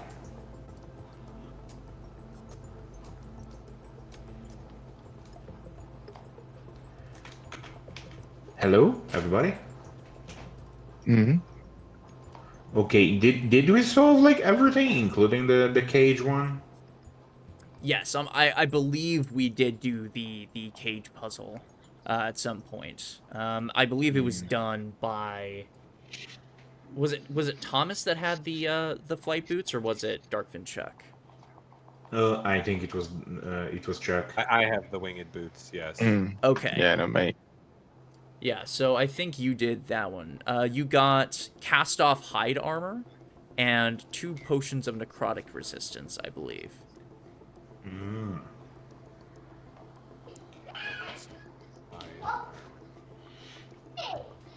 I do not remember, to be honest. But I can make note of that. Can you guys see into that room over here? No, we can't see up there yet. Interesting. Okay. For the sake of brevity, I'm going to say that you did, and you got those items. Okay. I would like to go through that puzzle, but we're already about 2/3 of our way through our time. So I'll just go ahead and post the items here in the looking for group chat. Okay. Ooh. Okay. Oh, okay. Cast off hide armor and 2 potions of necrotic resistance. It's a pretty fun puzzle. Oh. It's just we gotta speed things up here. So This is what. Okay. It's okay. all It's right. okay. So that leaves you. With Does the anyone room- want cast off hide armor or 1 potion of necrotic resistance? Because I'll take one of them. But so I keep throwing myself in danger. I I'm feel like- already carrying so much. Maybe the barbarian takes the potion of necrotic resistance. He also likes to throw Yeah, himself that's a good idea. That's a good Sounds idea. good. precarious Sounds good. situations here. Okay. Yeah. What is cast? I'm just looking up cast of armor, but I won't keep you. Yeah, I'll let you know. This potion of necrotic resistance tastes surprisingly sweet. It's almost like a mixture of water, milk, and honey. It's pretty watered down, but it still has that sort of metallic-y sweetness. And I don't need armor. I've got a high natural AC from my species. I mean, my AC would go down if I put armor on. So. Oh. Okay. Building Without monks. further ado, I believe that leaves us 2. with the room in front of you. Yeah. You said that you were sneaking in. Is that correct? Oh yeah, I'm sneaking. I'm at 28 stealth. Rolled an 18. Have I expertise. should probably be sneaking as well. That's what I'm supposed to do. But... I believe Yeah. Auto would sneak into like any place, even if they don't need to. yeah. these bad ones today. Ooh. sneaking. Oh no. Yeah, Otto is definitely a wannabe noir, reads noir dime novels character, and so Otto is sneaking around. Whenever unnecessary or necessary. Okay. So, as you I'm enter like this supposed room, to be a fan of the shadows and be all sneaky in the shadows, but you know. you can see that this place is well lit. There are lanterns covering the ceiling, and you can see in the room itself, it's pretty decorative. You can see there are statues that depict a grand Oni, a monstrous creature with big fangs and long hair. They sort of look like an ogre, but much more intense. They seem very driven.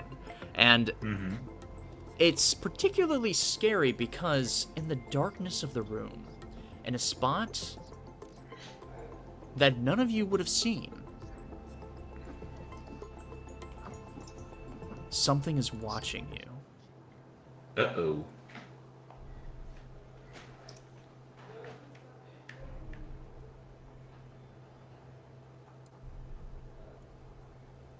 Uh-oh.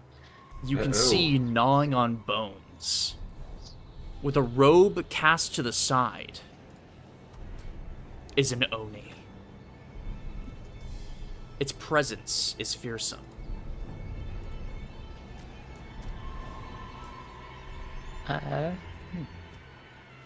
Should we try Oh. talking like that? Oh my god. I zoomed in. That's a badass looking dude. Badass indeed. And as he's watching you all, you see he hasn't made the first move. And he's eyeing you from the side. Uh-huh. He snaps his Auto fingers, silent. Uh-oh. Okay, this is a bad sign.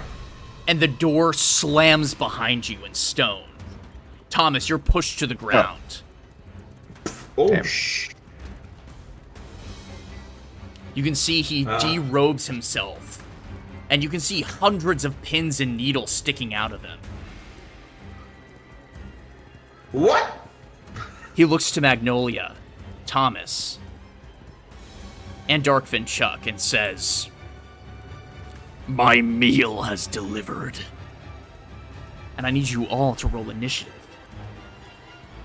I don't think that's how this phrase What? works, but okay. Yeah. All right. Awesome. Okay, let me Can I see if take the a- initiative works this time. No, I think it's too late for me to take a Nope. surprise round. So I will just be hidden in combat. Okay. Oh no! Ooh. Well, there's my initiative. Unfortunate. Oh no. Well, we'll see. Oh, I got a 23 on initiative. I got a 15. Did I hear? Okay, Over there, Thomas, Tata. 15. Careful. Dan got 1. I believe I that just did. leaves Darkfin Did I- Chuck. Yeah. And roll. Oh, not so good this time. Okay, Okay. and I'll also roll for the Oni. So supposedly it can regenerate itself from nothing. Odd roll low. Is it odd made roll out low. of pins? Is it made out of moving pins or It something? has So like pins and needles on his skin or something. Correct. If you want to roll an insight while you have the ability to catch your breath, I will allow that because you are Awesome. you're hidden right now. Okay, yeah, I'll totally do that. I'll roll as Insight initiative. or investigation? Insight in this particular case. You're trying to discern why this might be the case, given the information. Okay. Okay. 23. 23 is very good. Two things to note. He is sitting on a throne of bones, presumably picked clean from other people. The most important thing to note is Valthrak is nowhere to be found until you look at the back of his chair, where you can see a robe made out of fine linens has been draped across the back. This thing was probably tortured, and now it's going to torture you. Uh-oh. Wait, Uh, so like, we don't see Valthrak still though, or? It's Valthrak insinuated is that still- he has been eaten by this Oni. Okay. No, Hurt Oni, hurt people, huh? The Oni rolled a 13. Uh-oh. Well, that's not The worst. Okay. First up in the initiative order, it's Auto Solver. You know what it's time for, folks. Auto Solver pulls out a flintlock pistol, sort of strikes a pose, blows over the pistol because again has misinterpreted like this pose in comics as like a good luck thing that you do as opposed to like a just straight up something like silly or comical or like dramatic that is done in the media and instead thinks it's just like a good luck pose. So Otto pulls out the pistol, blows over it, and sneak attack. Let's go. Sneak attack, that's going to be an 18 to hit. Ooh. Does an Okay. 18 hit? It does hit. Awesome. Okay, so then that's going to be that 6 damage plus this 3d6 damage, which is going to be plus 13, so 19 damage. Okay. And then as my bonus action, instead of trying to hide, I think it's more productive for the team if I try to blind it. So I will, in fact, throw the flask of Blinding Blast, which doesn't create an area of effect in the ongoing. It just means that the Oni needs to make a DC 13 con save. Okay. It'll roll that. Probably got good con now that I think about it, but Yeah, it Maybe rolled we'll a get 22. Oh Yep. my god. okay. I'll mark down that one on my character sheet and regret that decision, but we tried. And oops, I just put natural armor out on the board, and then I will. So having made the shot, done what I can, I then 1, 2, 3, 4, 5, 6. Just run back a little bit because, alright, yeah, a little bit of a scaredy cat here. All right, and that's my turn. Okay. Thomas, it's your turn. This thing seems intent on eating you. What would you like to do? Thomas would like to cast Gust of Wind. Okay. Go ahead and roll that for us. Spell level. I think that's it. So that's it there. A line of strong wind, 60 feet long and 10 feet wide. Each creature that starts its turn in the line must succeed on a strength saving throw or be pushed 15 feet away from you. This is very cool. Okay, so you're going to try to make it more difficult for him to get to you. Mm-hmm. Okay. Let me roll that saving throw. Because this is a concentration spell. You're going to be trying to push him back with this wind. Yep. Yeah. Okay. That's very clever. He does make the strength saving throw, but he will be affected by the movement. So he is not pushed away, but you are keeping this thing up. You are forcing wind. How would you like to describe this coming from you? It's Thomas sort of feels the sort of malevolent intent, and it's kind of like this sort of gets really kind of like anxious, and then it just sort of emerges out of his mouth as a shout. Ooh. Okay. Ooh. That sort of just like it starts as a shout and it becomes just soundless and just this sort of wind that sort of pummels in that direction. So stay out of the way of it because it's 10 feet wide. Okay. Oh boy. For the sake I might of draw a little thing keeping from things the map. straight, I will go ahead and draw a shape here, just so that we have a reference for this. I'll go ahead and make it blue, and we want it to be, is it 10 feet by... 10 60, feet by 60. That's right. Okay, let's measure 60 here, just so I have an idea. Okay, yeah, that'll reach the back wall. Do you want it to be... Here, I'll try to measure it out for it. Do you want it to be like this 10 feet? Or do you want it to go this way 10 feet? Hold on, I'm just going to reload the page because I've lost the map for some reason. It just disappeared. Oh, no just a worries. sec. Basically, like 5 feet either side of. Oh no, you can't do that because of the squares. Whichever's going to cover more of the creature. Yeah, okay. Yeah. I'll say here, right? Because that'll cover the width of his token. Let's see, I'm just moving over to that part of the map now. Yep, that's right. Yep. Okay, let me Sort let me of- get that for you. Okay, so that's the Yeah. gust of wind that you're blowing right now. Yep. I love it. All right. Anything else for you?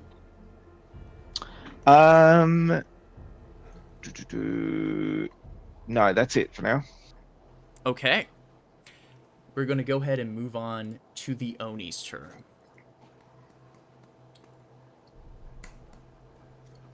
Now, the Oni begins to put up its arm to block against the wind. You can see its clawed hands sort of gripping and tearing into its own palm as it begins to think. It's going to cast Cone of Cold on you. Oh.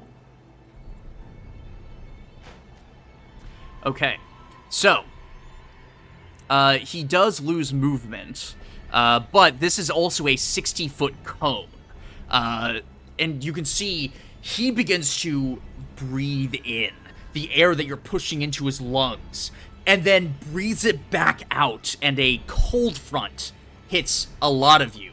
Oh no. Let's see here. We want a cone. We want 60. Yeah. Well, maybe we should have short rested for this. Uh-oh. Okay, so it'll hit everyone but Autosolver. I need you guys to make a Constitution saving throw. Well, here we go.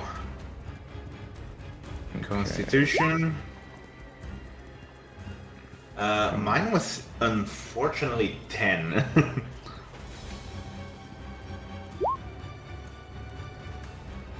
Wow, that's a terrible Oh roll. man. Ooh. I'm Yep. looking at some rolls I think here. we all failed. Looking at a 10, an 11, and an 8. That's Okay. how we die. I'm gonna roll a lot of dice here. Auto solver is just like, oh crap. Crap. Oh no. But also maybe there's a trick here. Maybe we have to solve some sort of riddle to defeat this thing. Probably. Okay. I'll admit, I rolled pretty low on this. You guys will be taking 25 cold damage. Oh! Jeez, that's like most of everybody's hit points, right? It's a lot, yeah. If I have Dark resistance to cold damage, do I take half? That's correct. Yes. Wait a minute. Rounded down. We just took 25? 25 cold damage unless you have resistance to it. Wait a minute. Are you a Goliath? Are you a Goliath?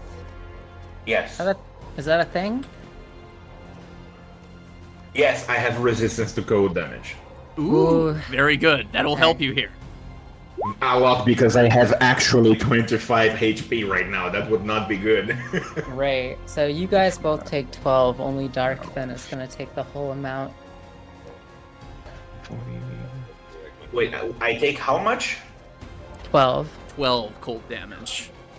Okay, so I'm at 13 right now. What the fuck? No, I clicked the wrong thing, sorry. Didn't even get a chance to go stunning strike first. That's all I wanted to do. Wait, are you down? Little thief. Yeah, I'm down. I'm at negative 5 HP. Oh no, we should have short rested. I didn't realize you were injured. Oof. You know what? Since we were moving pretty quickly, I didn't give you guys that opportunity. Go ahead and roll your hit dice. We'll do it that way. Okay. I'm super down for that. How much is? Oh, my hit dice is I may as well roll. 5. It's a D8, so Yeah, I want to be fair here. This is a tough fight. I want to give you How guys the many best should shot. I roll? Only one or like more than one? As many as you have, except bear in mind that you cannot undo the 12 damage you just took. But like, so like, try to get yourself to your maximum hit points minus 12. Okay, so let me see here. I'll have to roll some d8s. Wait, so my max is 38 minus 12. I have to be at 26 at least. So. And it's okay if you don't get there. And you're adding your Constitution modifier, I believe, to the. 1. Oh, I add my con? I believe so. Is that correct?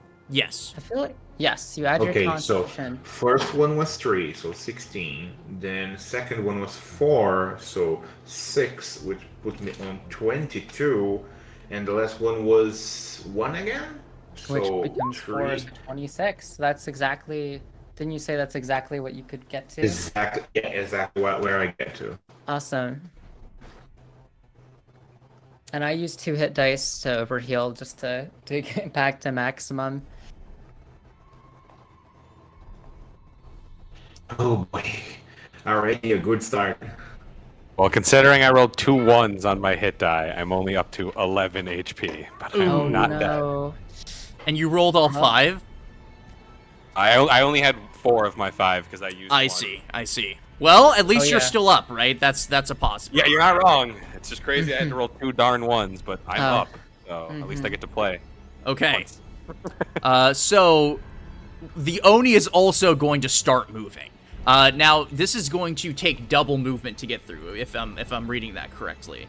So he'll have to be pushing. You can see his arm is in front of him, and he's trying to brace the wind.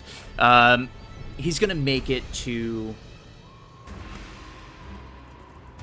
here. You could just back up out of the room. That door is closed. Oh, never mind. Yeah, it slammed shut. It knocks Thomas to the ground, in fact.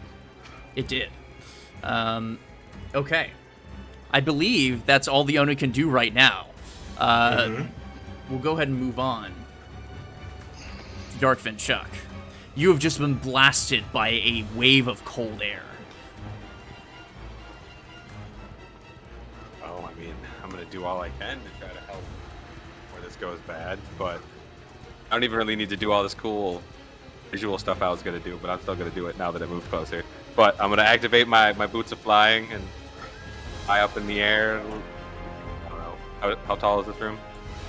I'd say about 20 feet. You know, maybe instead of charging, I should just actually use my gun at range, not die. Okay, I'll just fly up 20 feet, theoretically out of this thing's range, and then I'm just gonna shoot it with my musket, I guess. Okay, Not let's go see it. suicide bomb, I guess. Nice. Justice reigns from above. Well, we know I'm really bad with this musket, so let's see how it goes this time. 10 does not hit. Why am I so terrible with my own weapon? Yeah. Wow, okay. I'm That sorry, does boy. hit. It'll take 9 damage. We're screwed if a 19 doesn't hit. Yeah, that would be bad. Yeah, I can't really be making unarmed strikes at this range, so I'm just gonna, I don't know, mean mug him. Okay. Magnolia. Oh boy. I will remind you, if you guys did take a short rest, there is a short rest button on your sheet that'll refresh any abilities. Oh, good call. That might be good call. important. Like, Oh, that's Yeah, right. I'm I would get thinking my about point it. back. like 2 and, like, points. Oh. Too bad I only I have 11. only have 2 ways in which I can damage this fucker. One is getting like a close combat, Alright. and the other is unfortunately only Sacred Flame is my only damage spell. So, but I do have another option.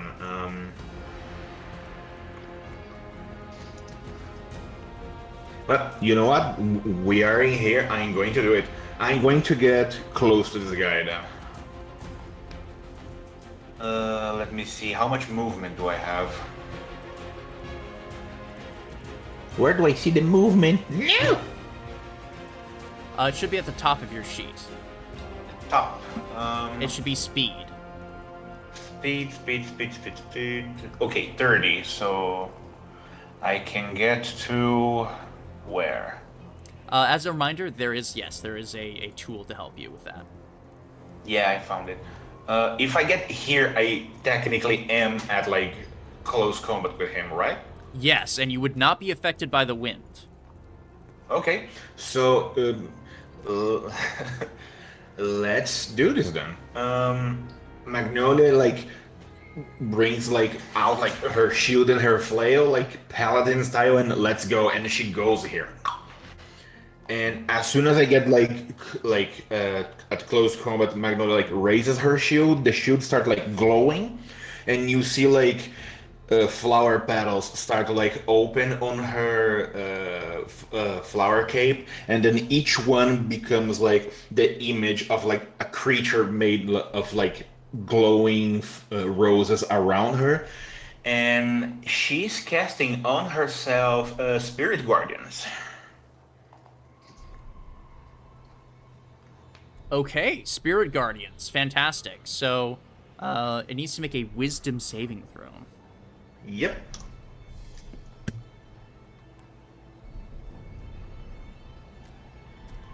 Okay, it rolled a 9, so it will take that radiant damage. Yeah, he takes 3d8 radiant damage as long as he like, if I'm not mistaken, he is close to me. He takes this damage every time he's like at close combat to me. So That's I'll correct. keep close to this guy. So I roll 3d8 It already rolled for it there. Oh, okay. You got 19 sorry. damage. So 19 radiant damage as the like flower angels start stabbing him with well, not stabbing, but like hitting him with like chains made of like radiant light. Since he's like so close to Magnolia. Something important to consider here is it's also having his movement speed again, because he's in this wind tunnel and he's in the Spirit Guardian, so he's at quarter movement right now. Exactly. Okay, anything else for you? And this is all I can do for now. So raised shield, flower angels around me. I'm ready. Okay, fantastic. We're gonna move on then to Autosolver. All right, auto solver. Well, part of me is like, maybe I should toss another noxious flask at this person to try to get it to not. I think I'm just gonna sneak attack. I think I just hide as a bonus action with my rogue's cunning action, getting a 29 on stealth. All right. Hopefully that's enough to then make an attack with advantage to a sneak attack with my flintlock pistol, which rolls a 19 to hit. So That it does rolls. hit. Cool. 7 piercing damage on its own, plus the 3d6 is going to be 13 plus 7, 20. And I want to do that, but if possible, can I look around and remembering the book and seeing that there's like these 4 pillars holding up the structure of this room. There's the throne with the skulls to either side of it, and the cape on its back. There are these statues, and these statues do they look carved purposefully, recently? Do they look magical? In the heat of the action, I'm going to give you the most base level information, which is that these appear to be carved. They are on a pedestal that appears that can move. You can They're on see a dirt lines pedestal on the sand. that can move. Okay, before I go into hiding, I will shout that to the others, and I'll say, there's something up with these pedestals. They seem to be able to move. Does seem And like then I'm gonna go into hiding, and then go 1, 2, 3, 4, and just be ready to investigate this pedestal. Actually, I think I'll go 2, 3, 4, 5, 6. Just to be ready to investigate the pedestal, but on the other side of it. And back in hiding, Or no, wait, I'm not in hiding. Actually, yeah. Sorry, I went into hiding, took the shot, came out of hiding. Correct. So I've just bounced over here to end my turn. Okay. Let's see. Ooh. That means that it is Thomas's turn. Now, it is important to note you are holding concentration right now. Yes. Mm-hmm. I'd like to try to intimidate the Oni.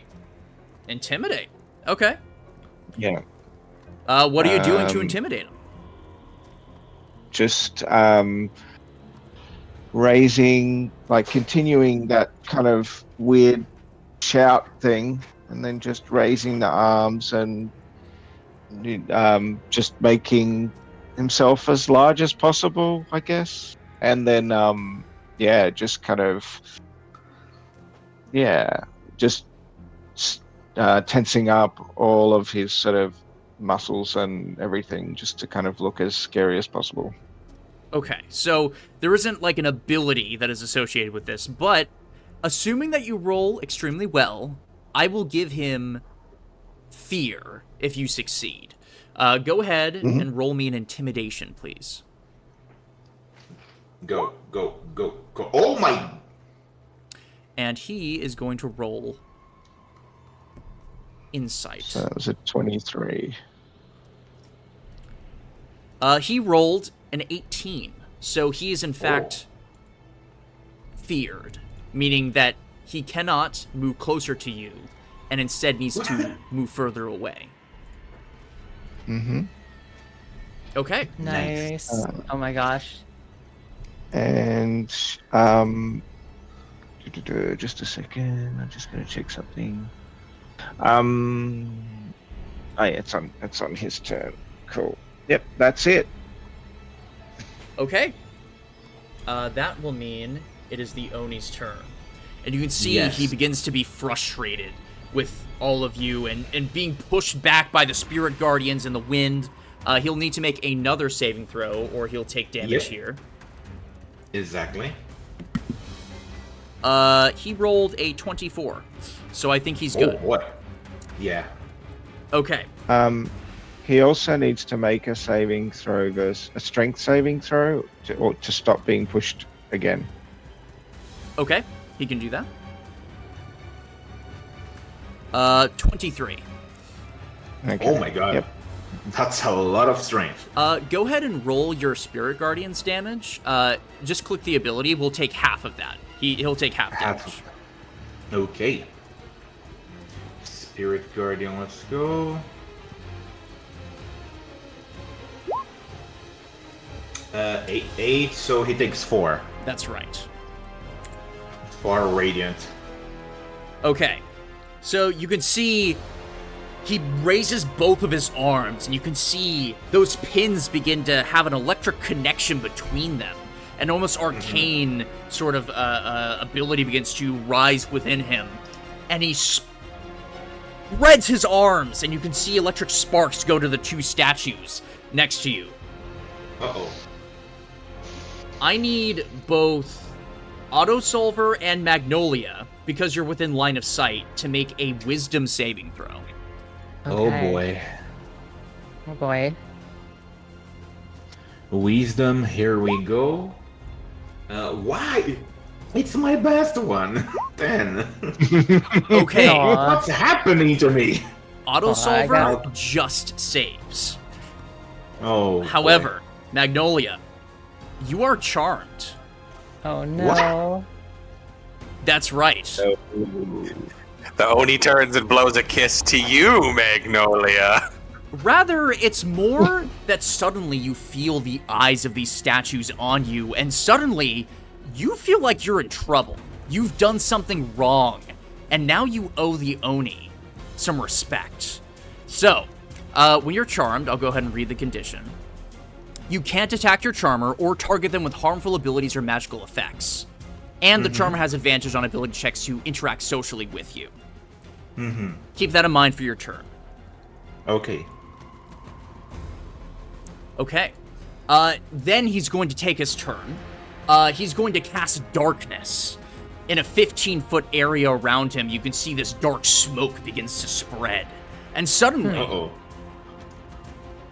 you can't see anything. If you have dark vision, you can't see through this darkness, and non-magical light can't illuminate it. So I'll go ahead and cast that area here.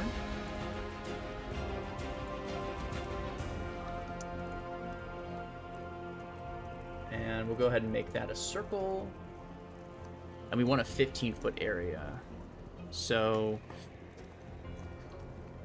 something akin to that, if I'm not mistaken? I'm not seeing it. Oh, Oh, I see it. Okay. I'm partially seeing it. Yeah. Okay, so note, if you can't see him, you'll have disadvantage on attacks. Mm-hmm. And he will end his turn there. Okay. Darkfin Chuck, it is your turn.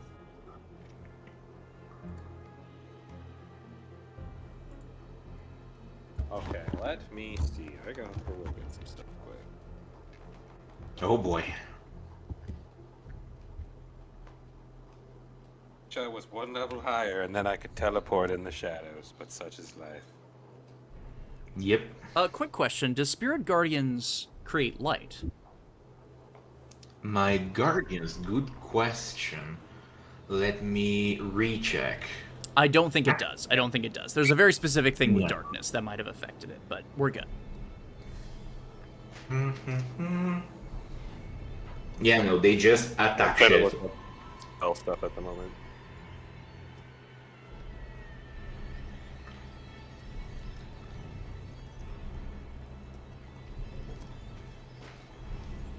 I think I'm just gonna try and get in there, punch this guy. I don't know, man.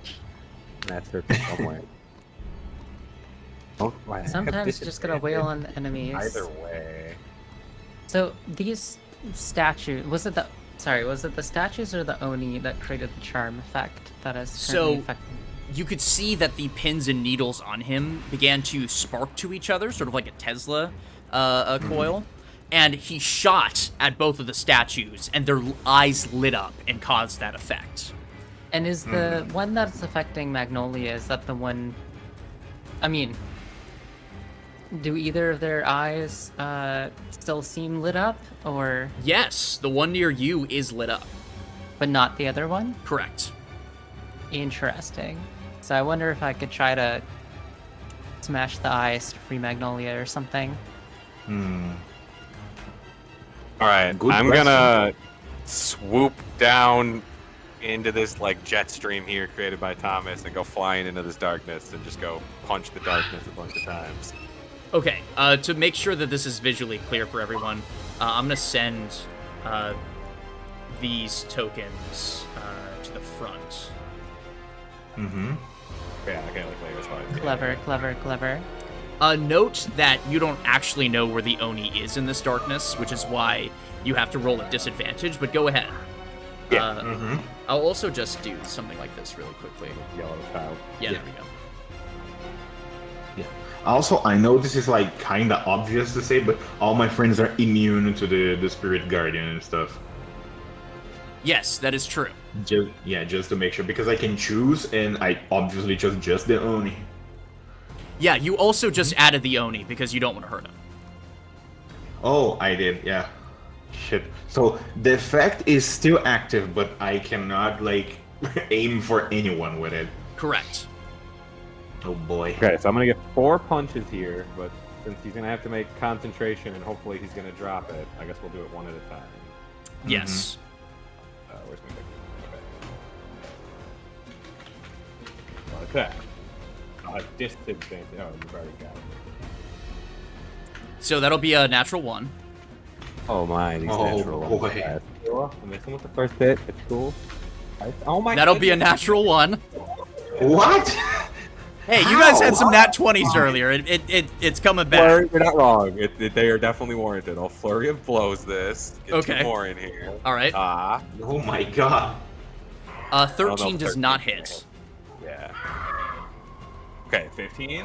15 just misses. Oh boy.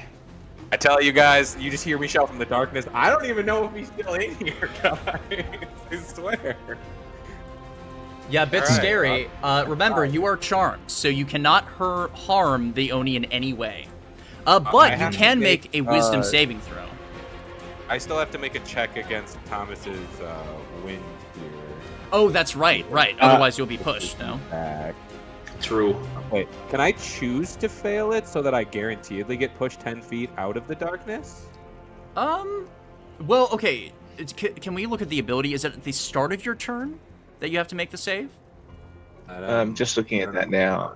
Each creature that starts its turn in the line. Okay, so it sounds I like... didn't start creature in the- Yeah, I entered it afterwards. Okay. Yeah, so on your next turn, that's a possibility. Yeah, I would allow you to fail it on purpose. Okay. All right, Magnolia, what are you doing? Yeah, I'm good then.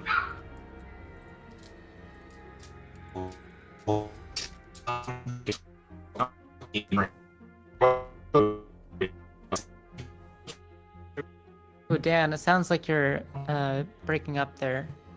You went a little auto gnome on us for a second there. Yeah, it was pretty crazy. Hmm.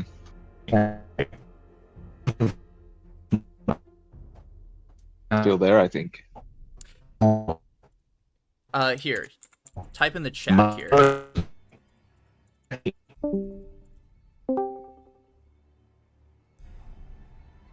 You might need to type in the chat. Oh, No. no, Dan. Hello. Dan, do you want to try typing in the chat for a minute?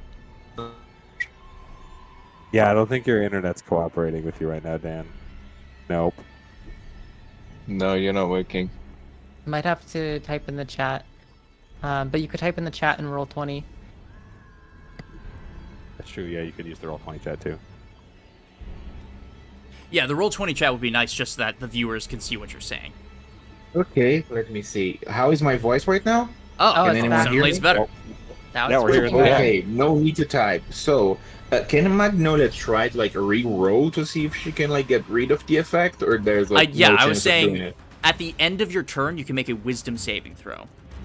Oh, at the end of my turn. That's Okay. correct. Question: how is everybody HP right now? I'm at max, but I think the others might have taken hits.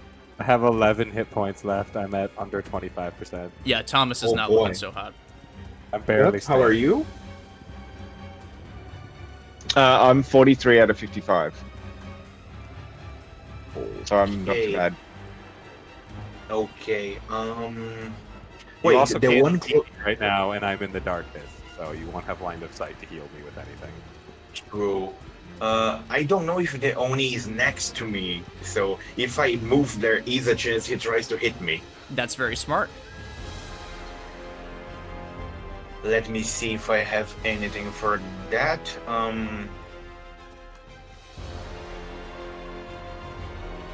You could take an action to disengage and use something like my brain is blanking. The spell that allows you to heal with words. Healing word. Do you have a way to Cure uncharm wounds is yourself? melee, or healing find words yourself is a kind of range. effect? I don't think I do have healing word with me. I have other healing spells, but not this one. Wait, there is something I can do, I Give think. cure wounds.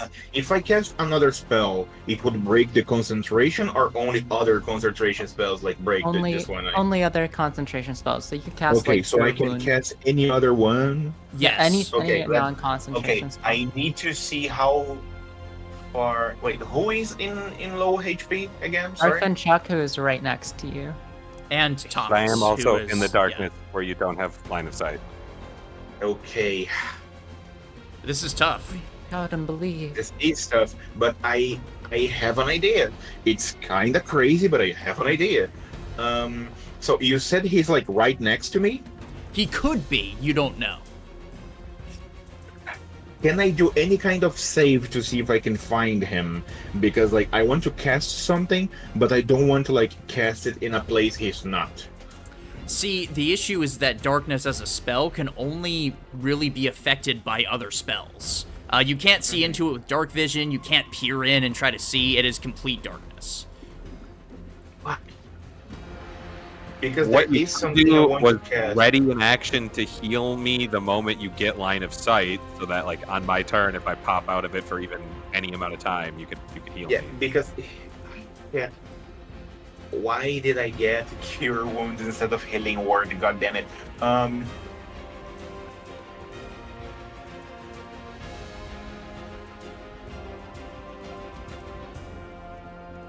No, this is concentration. Shit.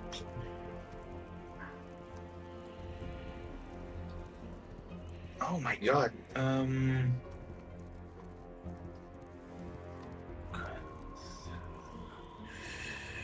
Oh boy. Okay, this is going to be complicated. Okay, so there is no way I can try to find Chuck, right? Like no way. There's nothing I can do to try to like cast something on him if I don't see him, correct? Yeah, because like you would need to be able to know where he is in order to cast. Well, those you could sort of also spells. couldn't if you're really that close. Couldn't you theoretically say, "Hey, Darkfin Chuck, reach out to me," and like awkwardly reach out to each other? Like if it's like to do a touch-based spell, right? Is it possible? Is it possible? I mean, like, Rules is written, no, but if you Okay, want to use your right. reaction, Darkfin Chuck, to do that, I'm okay with that. Okay. Before I decide what to do here, because this is important, Chuck, you're in your next turn. You're probably going to attack it, correct? Yes, I'm going to attack it, but then I'm also Okay. planning on using the darkness circle. So Okay, so forget it. What I'm going to do is I was saving this for later, but I think I'll need it now. So let's go then. This one, let me see if I read it correctly. Yeah, it's creatures. Oh no, I have to see you to do it. yeah, unfortunately. Hey, there's a lot I cannot do now. Scheiße. I was hoping I could punch him in the face and make him drop the darkness, but he's a slippery giant oni. Yeah, I am a very complicated situation. I would say if you're struggling, go ahead and try to hold an action here, just that we can. You know we can what? Keep the Okay. pace. What I'm going to do then, Jim, I'm going to hold a cure wounds. So the moment I see Chuck, I heal. Okay, easy enough to do. We'll go ahead and move on then. Auto solver.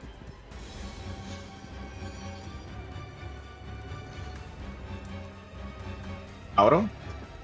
Sorry, got really distracted for a split second. Okay, so at this point, is Magnolia still charmed or no? Correct. Oh, Okay. Oh, Yeah. wait. Make the save. That might determine it. okay. I was It's just- I was a muted. wisdom, correct? Yes, it's a wisdom saving throw. Oh, wisdom, please save. I have a +4. Do something. Okay, 19. no longer affected. Okay. Okay. Well, I am a rogue, and so my attacks only really pop off when I can get advantage. And in this scenario, it's gonna be pretty tough because the Oni is in total darkness. Yes. Now, darkness, if I believe though, is a concentration spell. Yes. So theoretically, if I could interrupt, I don't think I have a way to do that though. Yeah, looking at my character sheet, the only like a real gimmick I have up my sleeve right now in my throwable items would be like tossing oil and then alchemist's fire, but that's not guaranteed. However, I can chuck a healing potion as a bonus action. So as a bonus action, I can chuck a healing potion up to 60 feet, but the DC is 10 plus 1 for every 10 feet that it's being thrown. So I might want to do that. I also am looking at the statue. Is it possible to just like take a moment in the heat of this battle to look at this statue and to look around the room and to try to figure out if there's a way, we saw its pins interacting with these statues in some way. So I kind of want to know if there's anything else in the room they might interact with, and if there's anything about the statue that I could use to possibly weaken whatever power is within the pins that seem to be holding this Oni's body together. So, rules as written, this would be your action to do Action, this. right? But I'll make a bargain with you. You can use a bonus action, but it's at disadvantage. I think I should just use my action on this, Okay. honestly. It's important. It could be important. Yeah, go ahead and make a perception or investigation check. Yeah, like I could do a little damage, but I feel like this might be more important than that. So, I think let's go ahead and Whoa. Whoa, nat 20. Natural 20. I mean, with a natural 20, I'm just going to spill the beans here. So, not only is he connected to these statues, but you can see that behind the throne, there appears to be a giant metal face. You guys probably didn't pay attention to it as you walked in. There was a lot of other things going on. It's made out of sort of silvery metal. You can see it has 2 gem eyes. Very clearly, sticking out of the ears are 2 coils that probably connect to the Oni. You assume that if he wanted to, he could connect to that, the statues, and the door, all using his pins and needles. Okay.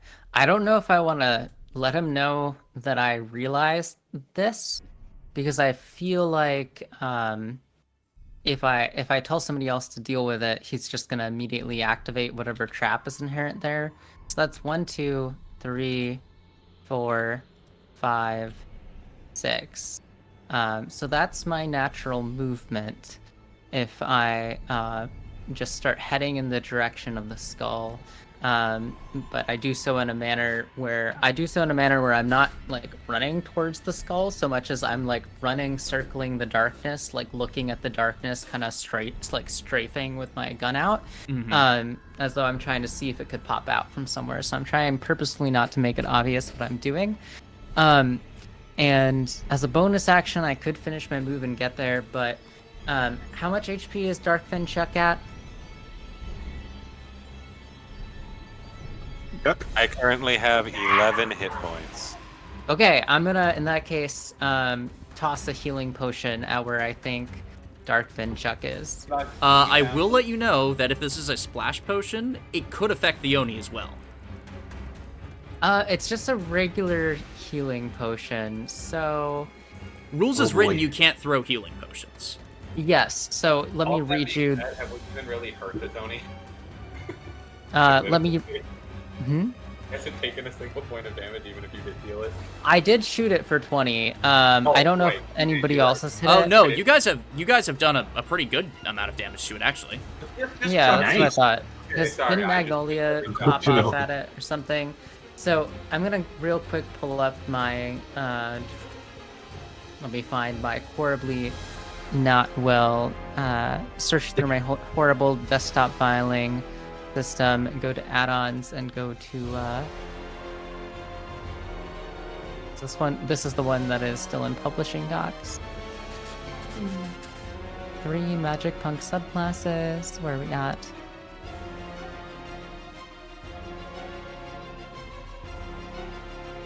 This music is so intense.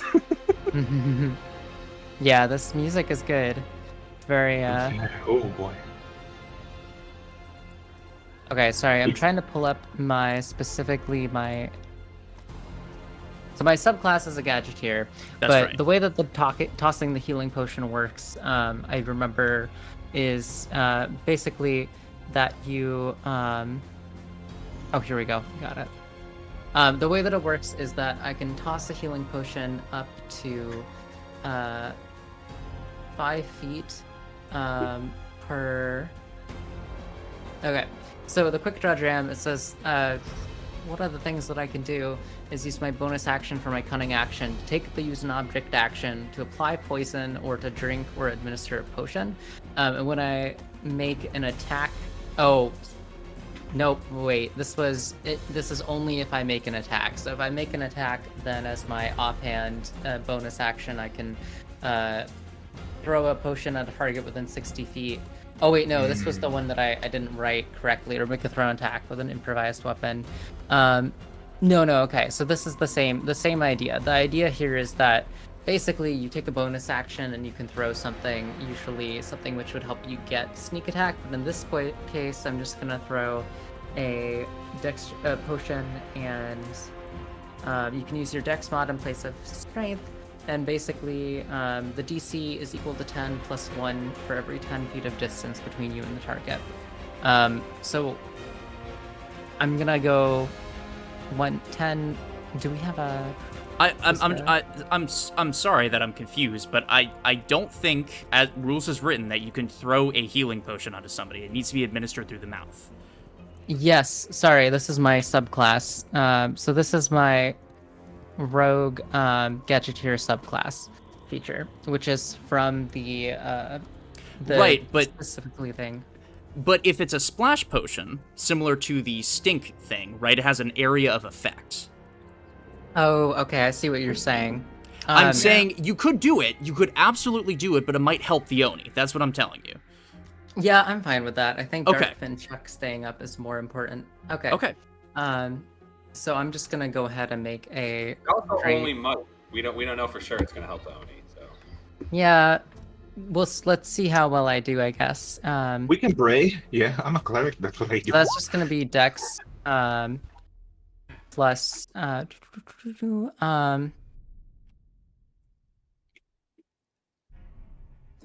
Yep. So that's just gonna be Dex. So unfortunately, I do not make it. I rolled an 8 plus a 4, so I'm not gonna be able to throw the potion like where I want it to be or as far as I want it to go. Oh boy. How far does it go? That might So matter. if it goes 12, oh wait, sorry, no. What is the distance? Oh, here's the ruler. Sorry, it was taking me forever. So I need to get it 30 feet. So the DC would be 13. So instead, it goes about 20 feet. So Okay. it goes to right about here. So it might help the Oni. Go ahead and roll it just in case it does. How much healing it does. Oh gosh. Okay. No. I'm gonna roll, just in case. I'm gonna roll a D8. That would be 4. Okay, I'll keep that in mind. Yeah. It might be helping him. It might not. Well, give it a shot. That's my turn. All right. Oof. That was a great use of your abilities. We're gonna move on to Thomas here. Thomas. You know for Okay, a fact that this thing is intimidated by you.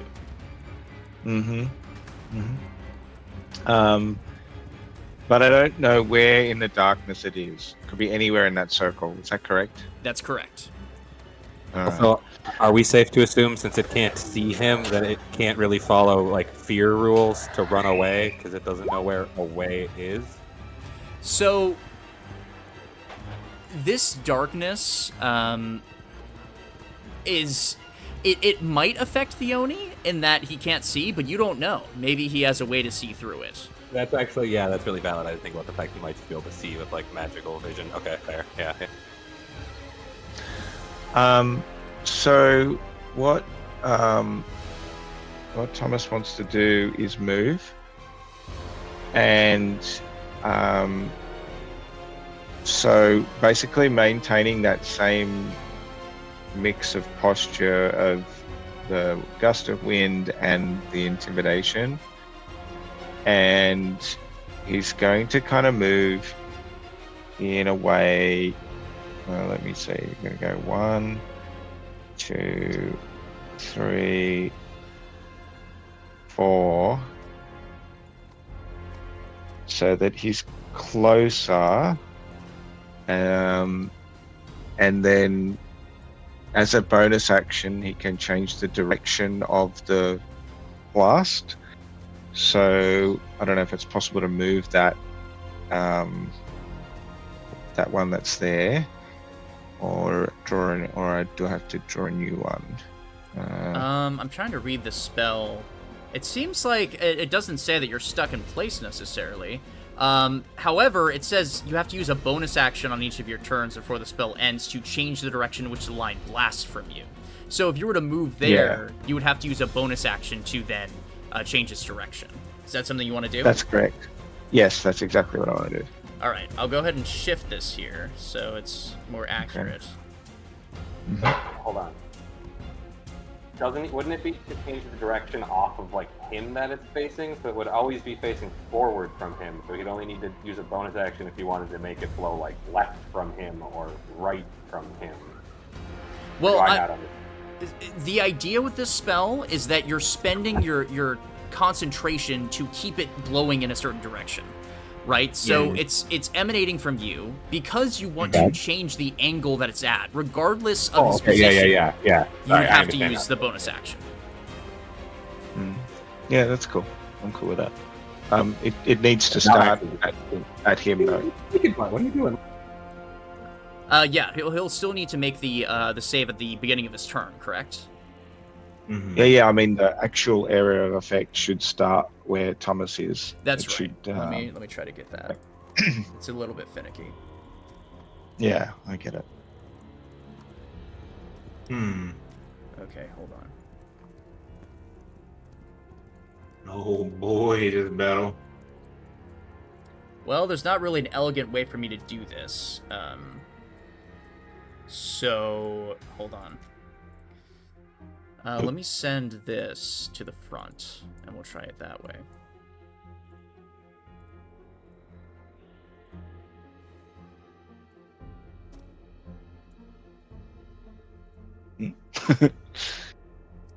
We'll send this to the back. Mm-hmm. And then we'll move this.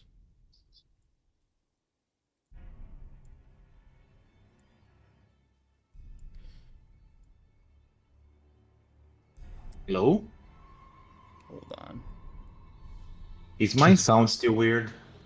No, No. it Sounds seems pretty good good. to me now. I'll have to do Oh, this in a very weird way. Try to keep track of your tokens, I suppose. Mm-hmm.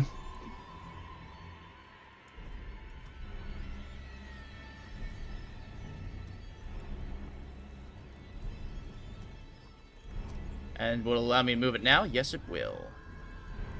Nice. Of course, I have to move literally everything else. It happens. Okay, we'll try something like that then. And then we'll move the darkness.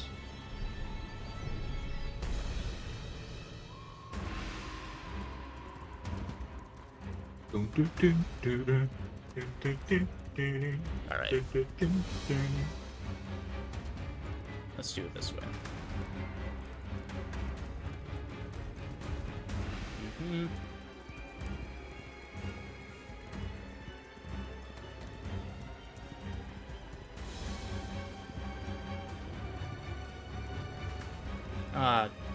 Let's just do it like this. Okay. So Sorry. the area of effect would be something like this. It would be like here. Oni could be anywhere inside. Let's move him to the front. Let's move you to the front. And Magnolia was about here. That might not be entirely accurate, but we're going to say that it is. Okay. Cool. Anything else for you? So I've moved and I've used a bonus action. And I'll Thomas will also just switch out the great axe for a hand axe, if that's okay. Is that? Have you used how your many action actions this does it turn? take? No. Then yeah, I've used a move action and a yeah. You could use your action and I switch just- it out. Absolutely. Yep. All right, cool. So that's Nice. and that's it. Okay. That means that it is the Oni's turn. And you can boy. see from the darkness, light begins to arc again. But this time, from the big mask in the center of the room. Uh-oh. I need specifically Thomas in this instance to roll a charisma saving throw. Jeez, that's Charisma. getting crazy. Oh boy. Just to remember that the Oni also needs to make that strength saving throw too. Correct. So, He does make that that's saving. bad. Okay, Oh boy. so in a weird twist of fate, you are now scared of the Oni. You cannot move towards him. Oh. Mhm. Complications. Let's see. Feared condition also makes it so I believe you have disadvantage while attacking. Yes. So you have disadvantage on ability checks and attack rolls while the source of your fear is within line of sight. So keep that in mind. If he's within the darkness, it does not affect you, but as soon as you can see him, it does. Mhm. Okay. Cool. So the Oni did make the save against your wind. And notably, Does it get, just to notice, does it get a disadvantage for being afraid of... if it sees you, then yes. So would it get disadvantage on that strength saving throw? If it sees you, then yes. Oh, Okay. okay. I think I get it. Cool. Gotcha. Okay. It is now going to take its actual turn here. I think it's going to make some attacks this turn. So the first one is going to be towards Darkman Chuck. Oh no. That's gonna be a miss. I'm calling it now. Yeah. Yeah. Please be a miss. 13 to boy. hit. Ah, that misses. Great. Nice. He's going to swing Can't again. hit me.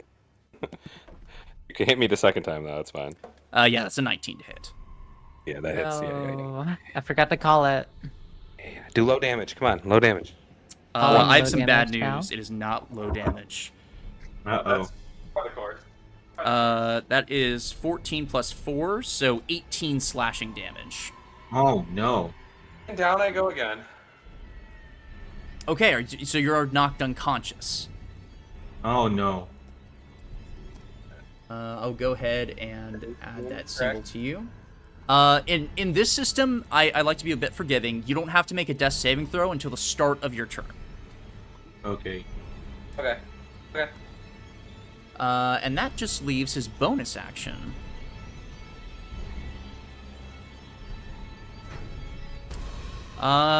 And he's going to do something. You don't know what it is, and that is his turn. Am I still a creature affected by this wind, so that like I can get blown out of this darkness now? Absolutely, right? It's the start of your turn, so you automatically fail, so your body is flung 10 feet. Here. Go ahead and make a death saving throw for me. Is there somewhere? Oh wait, right here. The death save highlighted. Good job. Oh boy. That is a fail. So go ahead and mark that on your sheet. No. It's cool. It doesn't matter how many times you fail, as long as it's not 3. That's correct. That is correct. Okay. Ball. Magnolia. You held your action. Darkman Chalk just comes flying out of the darkness. So, all bloody So and here's the mangled. thing. I held my action to heal Chuck, but he's not like in the proper distance for me to heal him because I was preparing cure wounds, but it's touch, so he's away. So can I change the spell I cast? man, this feels brutal to say, but unfortunately, no. Well, yeah, if the Okay, intent was so- to heal. So I have to walk to him to do it. Yes. So I go here, hoping the Oni does not hit me. He probably will, but we'll see. And I will cure wounds you, Chuck. Let me see. Spell casting ability, which I believe is my wisdom. Indeed it is. So. Oh, wait. Hello, cat. Oh, I have a better idea. I'm gonna cast Cure Wounds at level 2 to heal you. Okay, Cast it. Nice. go ahead. So, Cure Wounds, level 2, boom. Wow. 17 That- hit points. That is insane. That is the most you can do. As soon as Magnolia see him like rolling out of the shadows, like her mind kind of like clears. She kind of dives and like hand on his chest and like, okay, wake up, wake up, wake up, and kiss on his cheek, and boom, white light everywhere. Are you a life cleric? How are you healing for so much? Damn. Yeah. All right, that explained it. Yep, there we Oh go. wait, no, she counts as I think a nature cleric. Oh, It's because I cast at level 2. oh yeah, I forgot. We just discussed that. Well, wake up, wake up, wake up! And she's like rubbing Okay. his chest, like pass on the warm to him. So you are back at 17 hit points. You are conscious now. You find yourself being pushed by this wind. I don't have to go from my negative 7 to 10. I get to go to 17. No. The negative only matters if you reach double your health in the negative. Then you instantly die. Cool. All right, I'm not going to complain about having 7 more HP. Hell yeah. All right. I believe that's your action. Do you have a bonus action you'd like to use? I wish I had. Let me see what I have with me.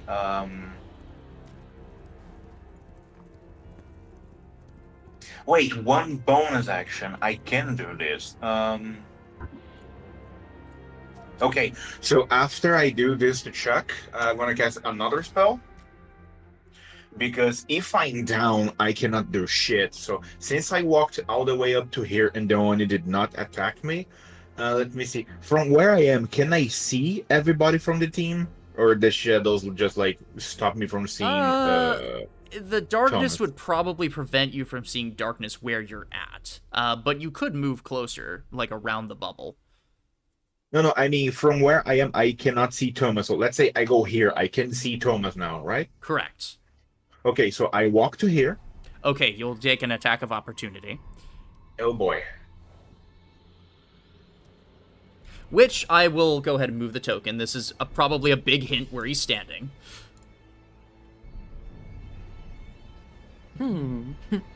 Well, a sword attack came from over there. Well, Perhaps you know, there's an us enemy. knowing where he's standing and our characters knowing where he's standing are unfortunately different things. Correct.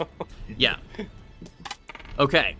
He rolled a 15 to hit. It does not hit. All right. Good. So Magnolia walks and feels something hitting the shield on her arm. She's like, wait, what? No, wait. And walks up to here. And from where I am, let me see. You can't cast a second spell due to like the one spell per turn limitation unless it's a cantrip. That is Oh, true. unless it's a cantrip, so I cannot cast a bonus action. Okay, but No. It's good. From where I am, I can see everybody, so I'm happy with it. So next. Awesome. Cool. I just need to see everybody for Okay. my next Yeah. action. Well, you can and heal everyone. you're out of the darkness, thankfully, so you don't have to worry about that Oni. He'll have to leave if he wants to attack you next. Exactly, yeah. Okay. Auto Silver.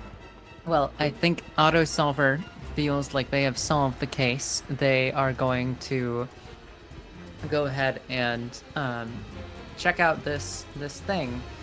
So last we left off with Autosolver, they had figured out about this little head in the back of the chair. So I'm Correct. gonna mosey on over to that, and I'm thinking this Oni is really tough. And maybe we are just supposed to be wailing on this Oni to deal damage to it, but I certainly feel like it's connected. You said it's connected somehow. Is it like little strings running from the pin? No, it's an electrical connection similar to like a Tesla coil. He can at will choose to target one of those. You saw last time a bolt shoot from the darkness and hit the statue, which illuminated it. So I think that he hasn't activated this skull thing yet. I want to get rid of it before he does. I have I can't really sneak attack on an item, but I can like use an object as a free action to like pick it up or something. So I think the first thing I do is I guess I either pick it up and then try to like does it look like I can just like stuff it in my purse, or do I need to like I'll just straight up tell you the mechanics for this is you need to make me an athletics check to try to pull the gems from the eye sockets. Okay, so what if I shot the gems out of the eye sockets instead? They would and- technically have a health, but it wouldn't necessarily be easier because Okay. shooting an object would have a very high AC. And then this object, can it be it's like attached firmly to the wall? Yes. Okay, so it's not something I can pick up. And it's not something I can then douse in oil and light on fire effectively. So I think I'm not really the person to make the athletics check. As a free action, you could disperse the information.